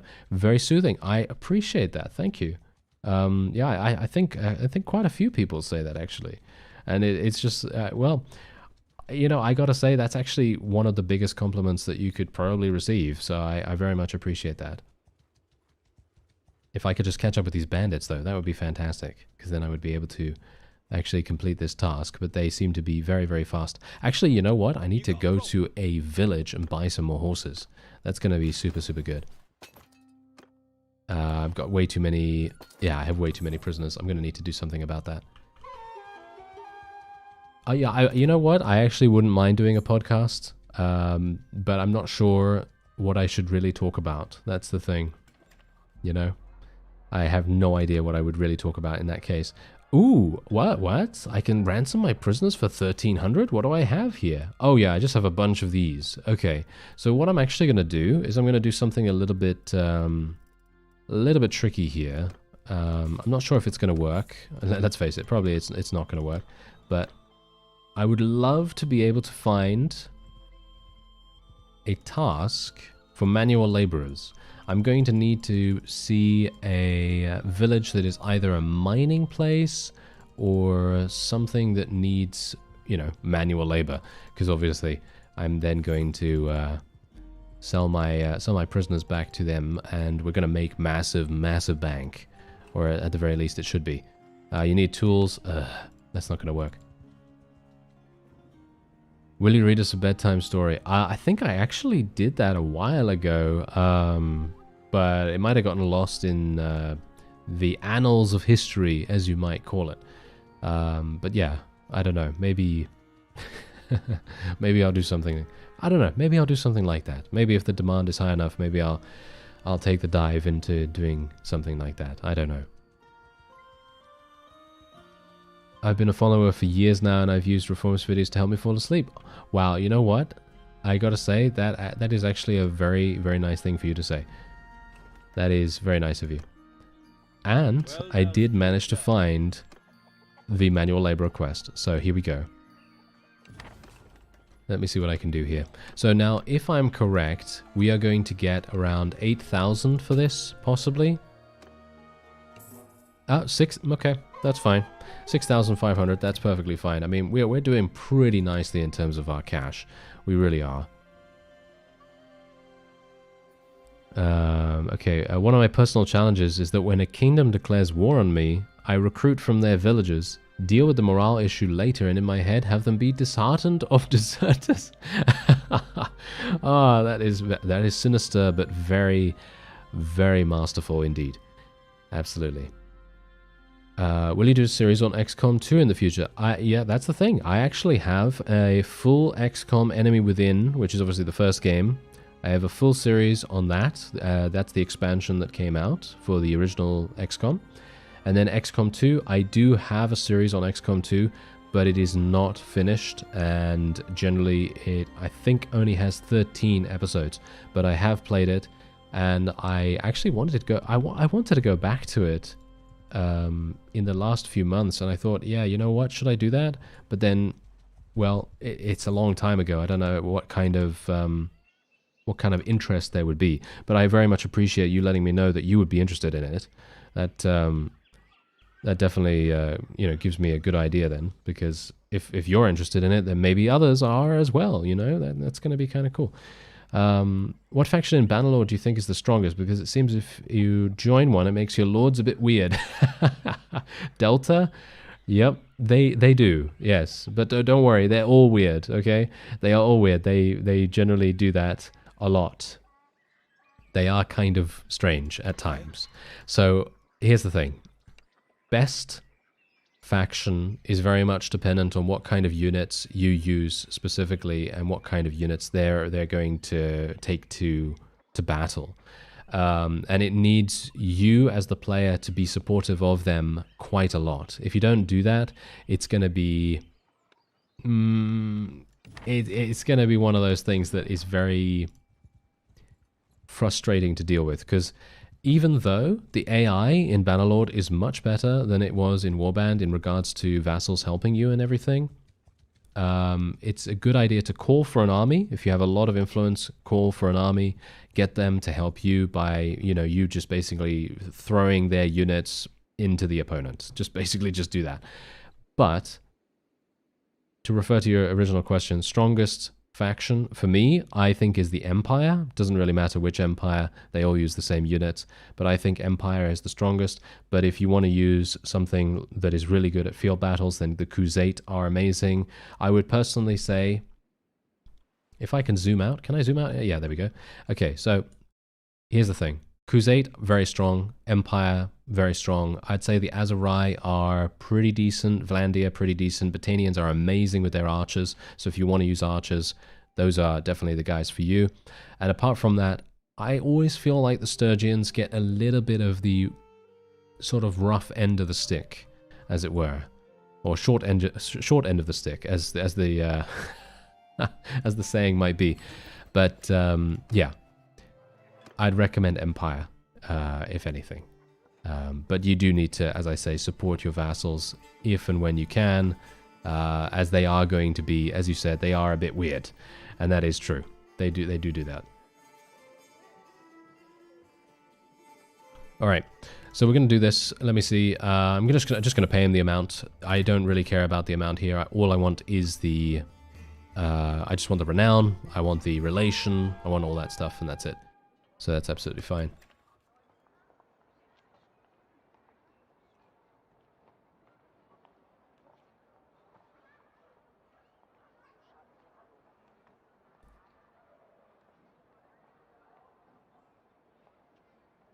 What do you think is the best way to make money in Bannerlord at the moment? I haven't played in almost a year or so.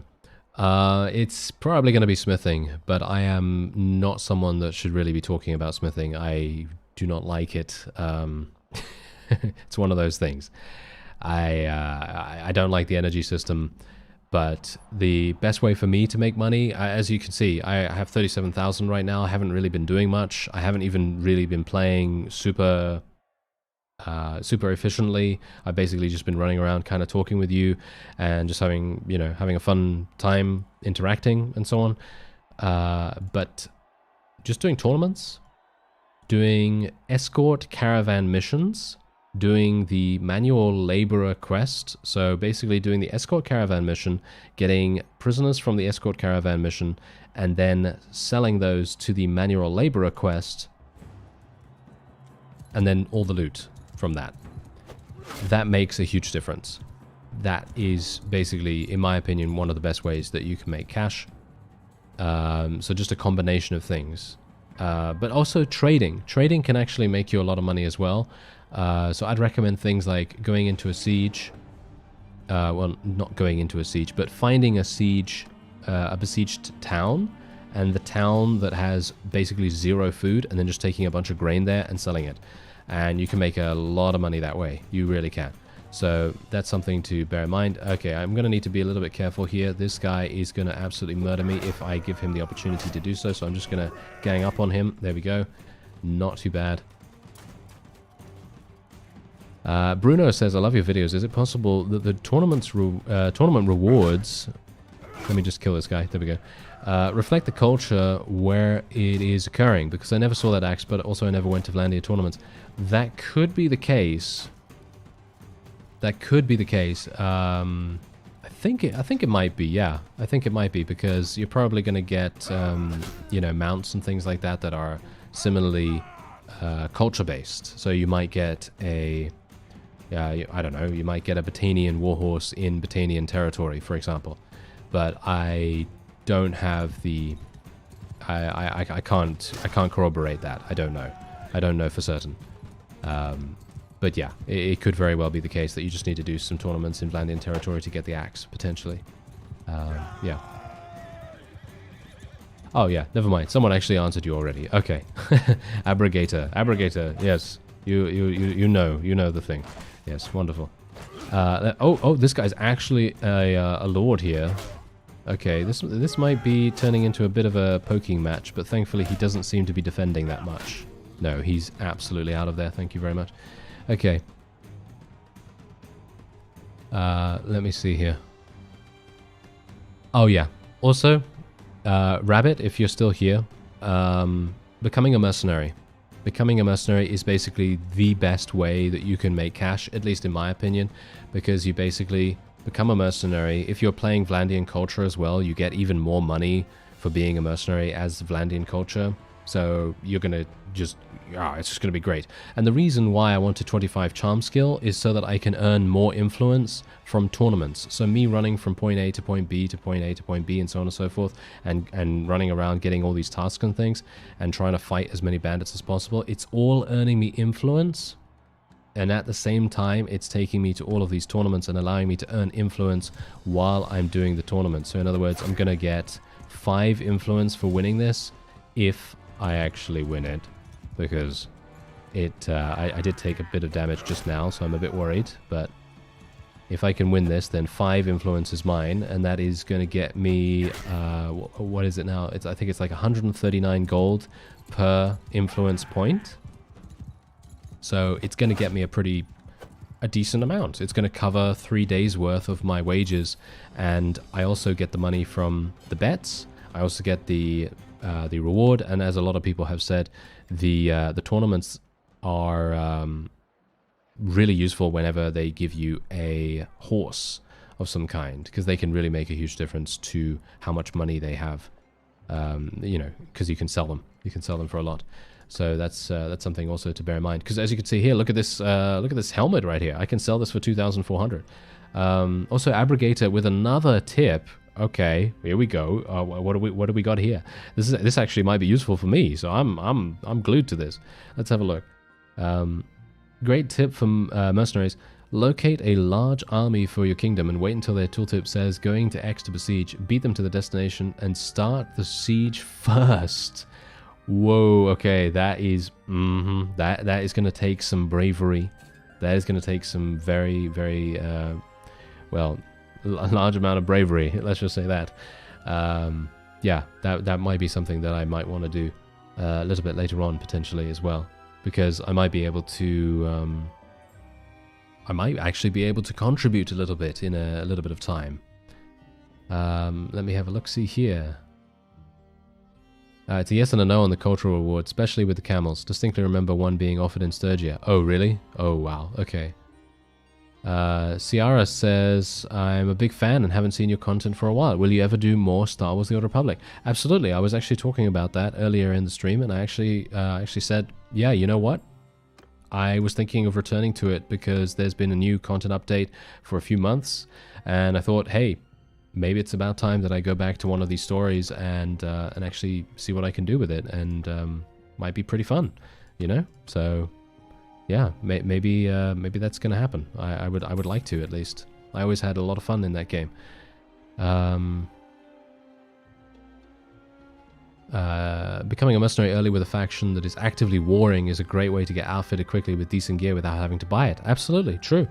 38,000 gold I have right now, and as you can see, I'm actually making about the same as my wages right here, but that basically means that every single thing that I do, so selling loot, selling prisoners, doing tasks, doing tournaments, you know, all this extracurricular stuff is pure profit for me. Absolutely pure profit, so it really makes a huge difference. Oh, start the siege like 1 second before the army gets there so as to avoid any... Oh yeah. That that would definitely help, because I would like to avoid any awkwardness. Yes, I would like to avoid the awkwardness if at all possible. That would be perfect, because I was a bit worried about that for a real quick second. Anyway, yeah, I'll definitely try to do that. Rabbit says, I tend to spend too much time recruiting lost units from battles as a mercenary. I don't know. I don't think the time actually... Oh, you mean... Oh, I see. You mean you lose a lot of people to death, and you need to recruit them again and then level them up. Oh, okay, I get it. I misunderstood. All right, so yeah. I understand that 100%. I'd recommend, if you can, try to find a companion. I know we tried to find a companion earlier on, and we tried to find one with smithing, and we just couldn't find one. But I'm going to say, try to find a companion that is a medic, because if you can find a medic companion, it's going to be a lot easier for your people to stay alive, and maybe they'll get high enough in level so that you don't have to worry about them actually dying, because they're going to do all the killing. You know, they're going to do all the killing. So a medic companion is definitely going to be something that you might want to consider getting a little bit earlier on, potentially. I'm going to assume that we're probably not going to be finding any smiths right now. I'm kind of still chomping at the bit for one of them, but no, I don't think so. Let me see here.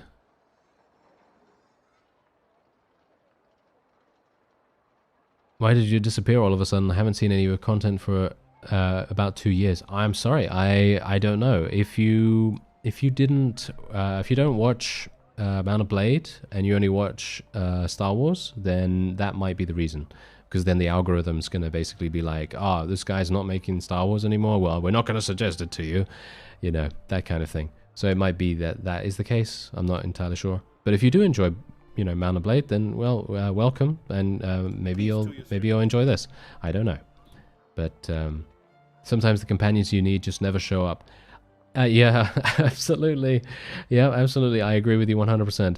As I say, we had that situation earlier, and I still cannot find a smithing companion, even though it would be wonderful to get that.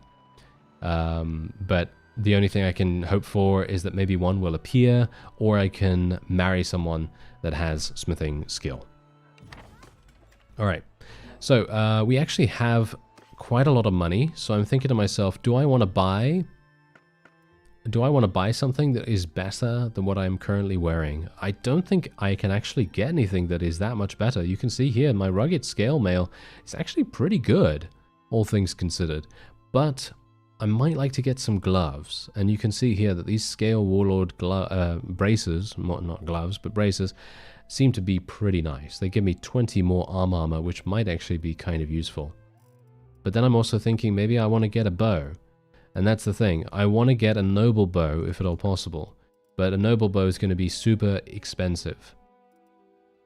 So maybe not the best idea for me to go for that right now. Yeah, probably not. Okay. Did I just win a Crusade helmet in a Flandria city? Oh, really? Oh, I had no idea. Okay. Oh no. Okay. I'm ready for the Lord of the Rings mod to be done for this game. I'd buy it in a heartbeat. Oh yeah, I would love that. That would be really, really nice. Caravan for passive income. Yeah, technically I could do that. I could definitely do that. Do you think I should? I mean, I have Risa right here, but she is our quartermaster at the moment, which is the main reason why I didn't want to let go of her, because look at this. She's got 100 in steward. What is my steward skill? 13. You can see here that it increases party size by 3.3, and she increases my party size by 25. So the only reason why I have the ability to field 70 troops is purely for her. That's it. She's the only reason why I'm able to have so many units. That's the reason why I'm keeping her in my army. But that's the thing. If I can find another companion or marry someone potentially, then they're going to have some pretty good steward skill, and in which case then I will definitely be doing that, Simon. So don't worry. But yeah, anyway, we're going to do this. Let me see. I'm just going to recruit some people just to make sure that we have some for this, because we are going to be losing some people along the way. Oh, the noble bow is actually 31,000? Really? That's pretty cool. And yeah, absolutely, yeah. That was hopefully what I was going to go for. Oh wow, are you serious right here? Okay, this might be bad. Okay, this might be really bad. Did they make them any better? Wait a minute. Are you talking about workshops? Oh yeah, you're talking. Okay, how do I know you're talking about workshops? Have you had any issues with the workshops? For me, it's saying that the profit is 0 and hasn't changed since. Okay. One thing about workshops, I do not like them one bit. I think that they provide way too little in profit, but that is just my experience with them. I know that some people say that if you build in the right places, you can theoretically make a lot. You can make between 300 and 400 per day if you have a good location. But what I would recommend is, if you really want your workshop to do super good, build a smithy. And I can't move my camera right now, so I can only zoom out, but I'm gonna just tell you something right here, because this is the thing that I did in my trader series. I don't know whether this still holds true, do bear that in mind. Cyrenea. Do you see Cyrenea all the way over there? This is where I built a smithy. And I did a trade route around the various iron areas, the iron villages in the area, and I basically sold the iron ore to Cyrenea, because there's no iron villages anywhere near Cyrenea. So basically you can buy all of this iron ore, then you sell it to Cyrenea's marketplace, and then they turn that into tools. And because they obviously have a very limited amount of tools, the profit there should be decent-ish. I don't know whether that's still the case, so that could be wrong. But yeah, that might be a good idea to check out potentially. Okay, wait a minute. Yeah, the noble bow runs 31,000. I think I already answered that, but that actually sounds great, Gabriel. So thank you for telling me about that. How do you feel about having a companion with scouting instead of trade? I had started doing that thinking it would help my caravans. Yeah, absolutely. Personally for me, Rabbit, I think that tactics and scouting is the best way to have a companion that is a caravan leader. Usually that is going to make the most difference, because obviously they're going to be doing auto-resolves most of the time, so tactics tends to be a bit more useful. At least that's what I've heard, and that's what I've kind of seen. Yeah, so... yeah. Basically that. So scouting and tactics, I think, are the most important, and trade, not so much. But as I say, the only reason why I'm keeping Risa right now is just purely for her quartermaster abilities. Anyway, we're going to be going in here. This is going to be a pretty harsh battle. I actually wanted to get in here before the second group of units, before the second group of raiders entered, but I was unfortunately a bit too slow. I'm just going to answer one more question before we actually get down to this thing. Daniel says, have you ever, I love your vids, have you ever done some meditation videos? I mean, the sound of your voice makes me fall asleep when I can't sleep. Weird thing to say, but oh well. Well, no, actually, I have not done anything like that, but that would be pretty fun. I think that would be pretty fun. I don't know how much it would help, but if it's helping you, then I'm very, very pleased. That's super nice of you to say, so thank you. And I hope it continues to help. yeah, they do need to revert to warband workshops. I agree, Bob. Absolutely. It would be very, very useful. A wood workshop at Sionen is also profitable.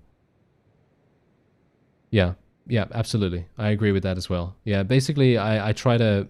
Either you supply your workshop yourself, which is obviously a lot of work, but if you don't, it's a good idea to build a workshop near to villages that can supply the workshop with whatever raw material they need. So, for example, wood for a wood workshop, or iron ore for a smithy, or grain for a brewery, and so on and so forth. Those kinds of things.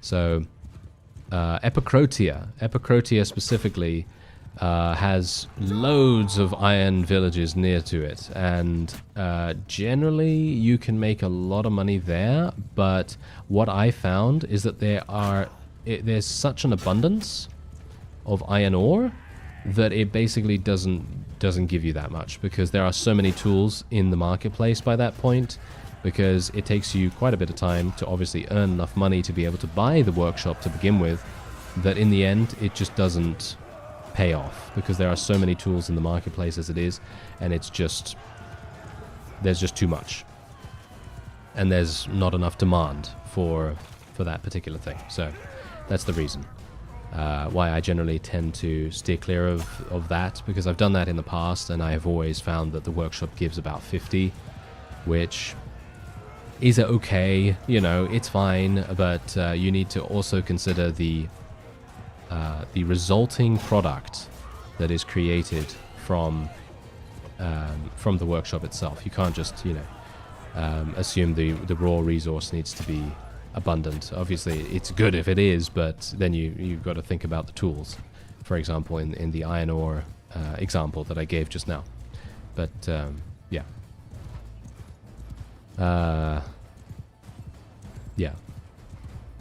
I just started my first playthrough of Mount and Blade. Warband and Bannerlord, any good information or knowledge I should know? Take it slowly. That's the only thing I can really say. Just take it slowly to begin with. If you rush around at the faster speeds, you will probably run into a bandit party that will kill you. And then it will be very sad. That has happened to me multiple times. Even now, even after years and years of playing, I still have that kind of problem. And it is the worst feeling. It is one of the worst feelings that you can have. So that's the best thing I can say. Just take it easy. I know you want to get to places. I certainly want to get to places as well in the game. But take it easy. Look around. Make sure you don't get pounced on by anyone. And that's pretty much it. Just take it easy. Get familiar with what's going on in the game world. Make sure that you don't run into any battles that are going to be exceptionally hard, because then you're going to lose all your units, and things are going to be, well, bad. So, yeah. Like for example, in the first stream that I did for Bannerlord, which was about a week ago now, I think. I was obviously doing the launch for the game, and I said to myself, and I actually said in the stream itself too, I said, hey, you know what? I am 100% assuming I'm going to get taken prisoner, okay? Going to get taken prisoner within the first 5 minutes. That was the thing that I was dreading the most, because obviously if you do that at the very beginning, and you're supposed to be, kind of like a person that's played the game for a pretty considerable amount of time, I've played it for 10 years now, right? Well, I mean, I've played Warband for 10 years. Warband for 8 years, but then obviously Bannerlord came out. So Mount and Blade for 10 years, if you want to be accurate about it. But whatever the case,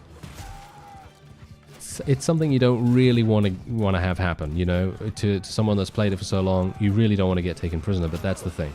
Just take it easy, and then that kind of thing won't happen, because I had that happen in the first stream where I got taken prisoner.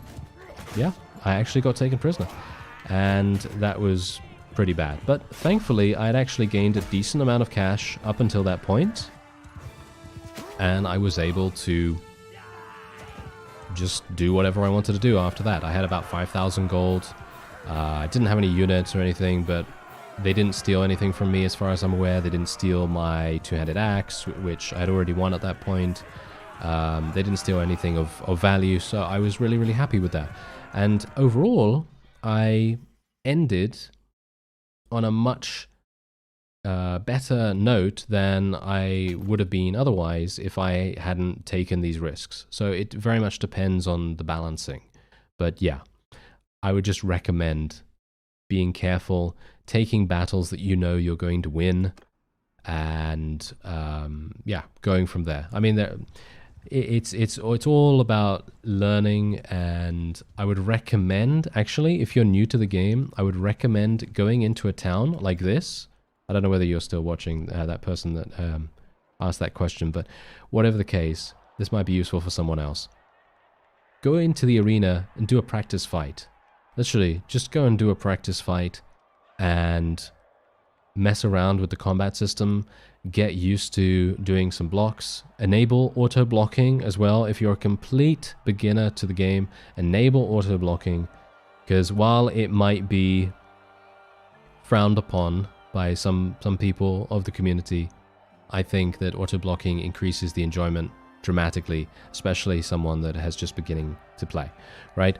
So I'd recommend doing that, just going into the practice fight, having a bit of fun there, trying to see if you can eliminate, you know, I don't know, set a goal of, I don't know, 3 people. Just eliminate 3 people without getting killed yourself, and then just moving on from there. And as I say, just having a nice time. So that could be kind of useful. Ciara, good night if you're still there. If I missed you, then I apologize, but yeah, sleep well. Do you have any good general tactics for sieges? Oh, okay. Yeah, sieges used to be... Okay, in a previous version, sieges used to be that I would basically just do... I would just do siege ladders. I wouldn't do anything. I wouldn't build anything. No siege equipment, no nothing. I wouldn't build siege towers, I wouldn't build battering ram, or any of the... what is it now? Any of the ranged siege equipment either. I wouldn't do that. So basically, that means that I would be able to go in and I would be able to go up the battlements really, really easily. But now you're not actually able to do that easily, or at least the way that you can do it is, at least I would recommend, okay? I would recommend building the trebuchets, okay? Building trebuchets. The best thing you can do is call for an army, get a bunch of people that have really good engineering skill. You're going to be able to get your siege camp up and running really fast, and then you're going to be able to build trebuchets. Don't leave the trebuchets out there. So once the first one is done, you want to put that into your reserves. So you want to select it, put it into your reserves, and then just leave it there until the next one is complete. And then same again, rinse and repeat until all 4 of them have been built. And then after that, you want to build... Well, pretty much nothing else. I mean, you don't have to build anything else, but I always build siege towers and battering ram as a backup, because you never know. Sometimes there's going to be an army that will think to themselves, oh yeah, I can probably take that guy on, and then they're going to try and attack you and try to interrupt your siege. And in which case, then, if they're a massive army, then you probably want to go in with the battering ram and the siege towers and so on, and you don't want to wait for the walls to be destroyed. But if you can wait for the walls to be destroyed, then definitely do that, because that is going to be so much easier. Because if the walls are down, the enemy basically has no defenses whatsoever. Your own units can pour in, and it's going to be a very easy siege for you. So I would recommend taking down the walls. It's a very safe bet. Highly unlikely it's going to go wrong. But just be careful of enemy armies, because enemy armies can come out of nowhere and they can take you down. They can really take you down a peg or two, and then you will just think, oh, why didn't I see that? Why didn't I pause? Why didn't I get out of there? But now you obviously do have the disorganized state to deal with as well. And I think they've actually made the disorganized state a lot more impactful. It feels like you move a lot slower with it. I'm not sure whether that's the case, but they're making you a lot more vulnerable when you're doing those kinds of things. Because I don't know whether you noticed, but whenever I finish a battle here, I enter the disorganized state, and that's the same kind of thing that's going to happen when you go into a siege as well. And that's going to make a huge difference to whether you're able to escape from an enemy army as well. So that's the reason why having a battering ram and 2 siege towers built is going to make a big difference. So Rabbit, just take down those walls, and take it easy. Keep your eyes peeled, because you really don't want to get attacked. Call for the army, get those people with the engineering to help you out, because if you don't have good engineering, it's going to take an age to build these things. It really is. So hopefully that helps. I don't know. I gave you a lot of information there in a very short space of time, so I apologize if that was too much, but hopefully it's going to be helpful in some way. But I mean, obviously there's a VOD, so if you want to go over that, then you can obviously do that.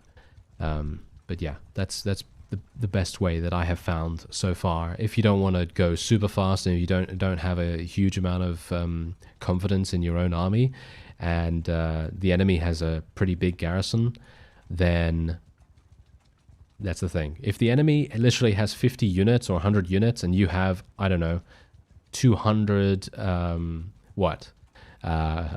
what can I say? 200 really strong Empire infantry, highest tier, right? You can just go straight on in there with siege ladders, and you don't have to care about anything. You can just steamroll those guys. You don't need to bring down the walls or anything. So yeah, that's usually the way to go, or at least I would say that is the way to go. Yeah, Mini Wizard, hello. I think I missed you joining, actually. I think I missed you joining the stream. Welcome. Let me see what else is going on here. I'm so used to watching your videos as opposed to streams that I just accidentally pause for a few minutes. Oh yeah, no, don't worry about that. I'm also pretty new at this, so yeah, Abrogator, yeah, we're in the same boat there. Honestly, auto block is the only way to play against the infinite parry bots. Well, that's the thing. As I said earlier, I'm not sure if you were there, Miller, at the time, but the some mods, right? Some mods, like for example, I think if Pendor is created in Bannerlord, there's probably going to be something like this, but they have massive amounts of proficiency in a lot of skills, and they are going to swing at you so incredibly fast, it's going to be almost impossible to block every single attack. So having the auto block really does help a great deal there. If I get taken prisoner early in the game, I use it with my roleplay as a reason to try and take out or fight that specific faction. Yeah, that sounds like a fun idea, actually, yeah. I've tried to do that kind of thing in the past as well, when I had a series where I was basically trying to execute as many people as I could get my hands on. That was a lot of fun too. Let me see here. I started Mount of Blade in 2009. Whoa, that's a long time ago. What is your favorite mod? If you're talking Warband, I really love Pendor. I like Light and Darkness, and I like Blood and Steel. 1.6 version. I think the version after that was a little bit messy, but I liked the 1.6 of Blood and Steel. But that is not to say that those are the only mods that I really liked. There are so many mods in Warband that were so incredibly good. Last Days of the Third Age, really great. The Star Wars mods are also really fun. So yeah, those, I guess. Let me see what else is going on here. Build 4 ranged engines, but once one completes, pause it and put it in reserve. Yeah, absolutely. Yeah, do that. That's really good, yeah. Chase says, been watching since 2016 when I discovered the Gekkokujo series. Ah, thank you. Yeah, Gekkokujo series. I love that. Yeah, Gekkokujo. Yeah, yeah. Thank you, Chase. Thank you for reminding me. Yes, Gekkokujo is one of the best mods as well, because it pioneered the siege mechanic of fighting through the town's streets and that was so incredibly fun. That was really, really fun to do. Okay, yeah. So I'm going to continue with reading your comment now, and I've loved it ever since. Your content is very easy to binge watch, man, and I hope you keep it up for years to come. Keep it up, my guy. Okay, well, yeah. Thank you so much. That is a really nice message, and I am very, very pleased that you are enjoying it. And thank you once again for reminding me about Gekakusho, because that is a great mod. That is a really, really good one. There is another super chat. Oh, thank you very much. From Carrington Henry. It's not much money, but I've been watching for some years, bro. I love your channel, man. Keep up the good work. Thank you so much. That is very, very nice of you. I really appreciate that. I really do. And, well, I mean, I should really be saying thank you to you, to be honest, for watching all these years, as it is the case for everyone, you know. If you've been watching for years, then really, I wouldn't be here now if it wasn't for you. So I really appreciate that. All right, let's get in here and see what we can do.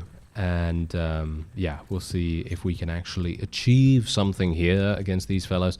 I actually should have sold my prisoners in the previous town. That was a bit of a mistake on my part, but I'm obviously, you know, a little bit distracted. Let's just say that. You know, I'm trying to answer things, and I might not be playing the most efficiently that I could, but that's fine. I don't really mind. It's only a little bit of money anyway to lose out on. And oh, we're getting some nice level ups too. That is great. I like that. That's actually better than, you know, selling 10 prisoners or something. So I'm pretty happy with that, to be honest.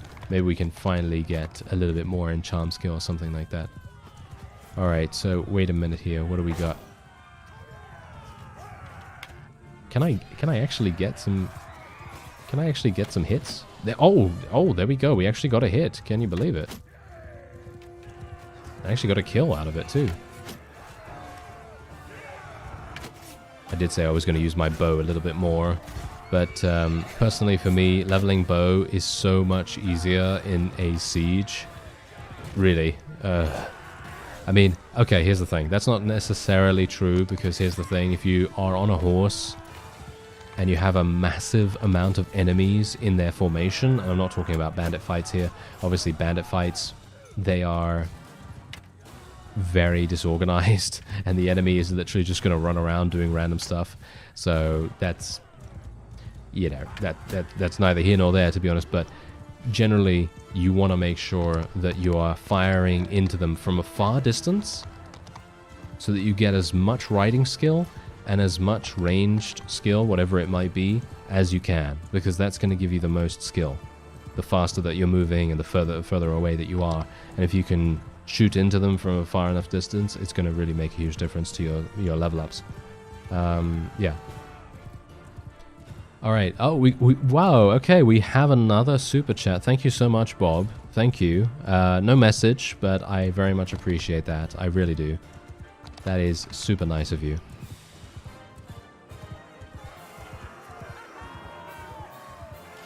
All right, there we go. We actually achieved victory, got another bunch of influence, which is very nice. And now, you know what? I have too many of these. Look at this. I have too many of these. This is terrible. Okay, well, let me see here. I need to catch up on some. I need to catch up on some messages right here. Oh, Rabbit said, any advice on how to weaken an enemy faction? Economy. Try to weaken their economy as much as possible. That doesn't... sometimes that doesn't really help, but you could try to do that. Although, if you are a vassal already, you can kill caravans if you want to, but that is going to reduce your relation with those merchants, which might impact your future ability to recruit from them. So, generally what I try to do is I try to keep as many vassals prisoner as possible. So if I can capture them, I'm just going to capture them and keep them with me, or put them into a prisoner tower or something like that. And that is a really good way to do it, because then they're going to have no army. They're not going to be able to replenish it. It's going to be so much easier to weaken the opponent over time. Although you could also execute them. You could also execute them if you want to take the slightly harsher route. Let's just say that. Yeah, anyway. let's move on and let's see what we can do here. Oh, wait a minute. I think we have another. We have another super chat actually. Let me see. Oh, Victor, thank you so much. No message once again. Come on, you got to give me a message, Bob and Victor. You have to give me a message. Oh well, it's all good. It's all good. Thank you very much. I really appreciate that. And that's the point. If you have a question, you can ask it. I'm all good with that. You know.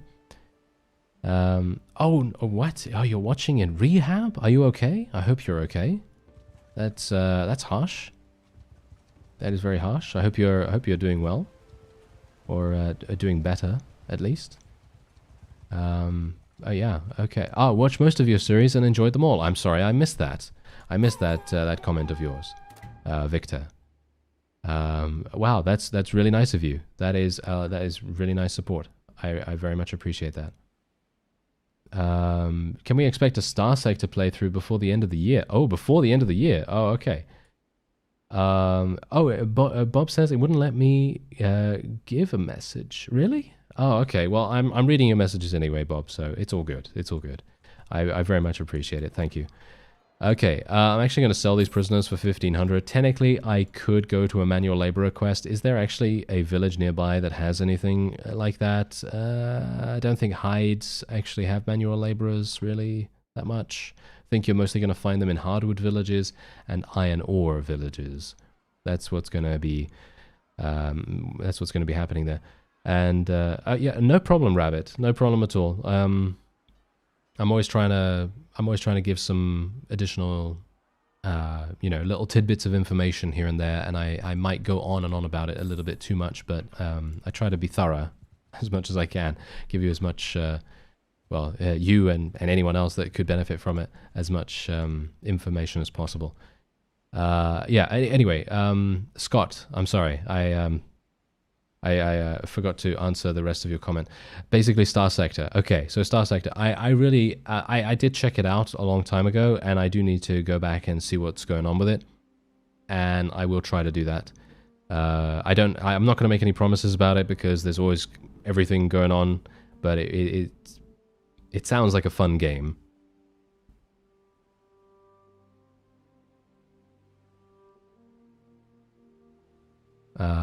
Okay. You lose a lot of relation, but that in itself isn't the biggest downside. Are there any downsides in executing nobles? Yep. Yeah. Yes. If you're playing on PC, alright, if you're playing on PC, you can get a mod that is called No Relation, and that allows you to remove the pop-ups that continually happen, and instead it's just going to show you the relation. I don't think it's actually going to show you the relation. It will just basically say to you that you've just executed a guy, and that's it. I don't think it does anything with your chat box or text box, and it doesn't do anything with the pop-ups or anything like that. So that really helps. So yeah, if you're playing on PC, you can get that, and that's pretty much it. So that can help you with the executions. Oh, Victor, you had surgery for internal bleeding. Oh, I'm so sorry. Wow. Okay, that's really heavy. I hope you're feeling better, and I hope you're doing better. And I hope you're on the mend relatively soon. That sounds really harsh.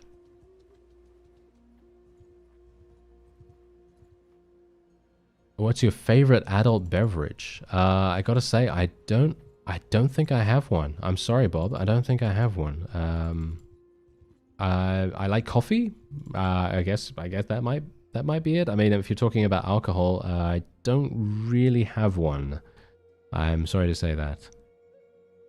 I was executing everyone in the Berserker series, I think. Was it? Was it the Berserker series? I'm not sure. I am not sure at all, actually, about that. Yeah, it might be the Berserker series. I don't know. Maybe the Sturgian Viking as well? It might be the Sturgian Viking. I can't remember. But it might be that. Let me see. Rolly says, what's your plan for December? Going to take a break or going to continue uploading good content? No, I upload if I can, I try to upload every single day of the year. That's it. There's nothing more to it. Just every single day. Yeah. So I guess that's that. And one more question from Rabbit. Do you know if there is a mod that changes village culture? Yeah, I think there is, but I wouldn't know it. Yeah, Abrogator 100%. Yeah. I know of it as well, but I don't know the name of it, unfortunately. But there is definitely a mod for that, Rabbit. I think it's probably called something like culture. I don't know. Just put in culture or something to the search, maybe. I'm sorry, I can't be more useful, unfortunately. AM, welcome to the welcome to Reformia. I guess you could kind of say. I mean, you're already a part of that technically, but welcome to being a member, and you're gonna have that nice little icon that will update over the months/years that you're going to be a part of it. I really very much appreciate that. Thank you.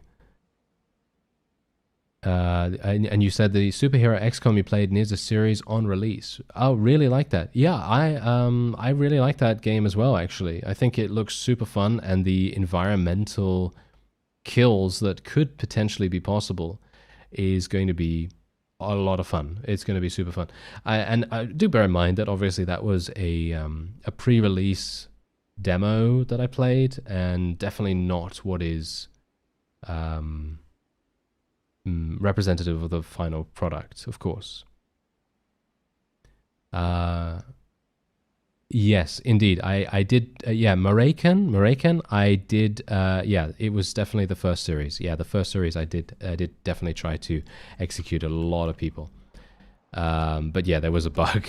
Obviously, it was very early in the versions, so of course there was going to be some problems there. But I have a lot of loot to sell here. But you know what? I think I'm actually going to be ending the stream off here. I gotta say, I've had a whale of a time, and I'm actually starting to get a little bit carried away. So I will have to end it here. But I will be back at some point. I still don't have a schedule on the whole streaming thing, but I very much appreciate you all coming out here and joining me for these hours.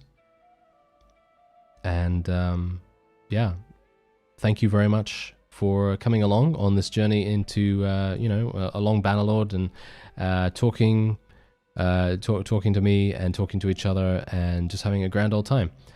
And you've been watching since before my daughter was born. She's in kindergarten now. Oh, that is super sweet. Thank you so much. That is really, really nice.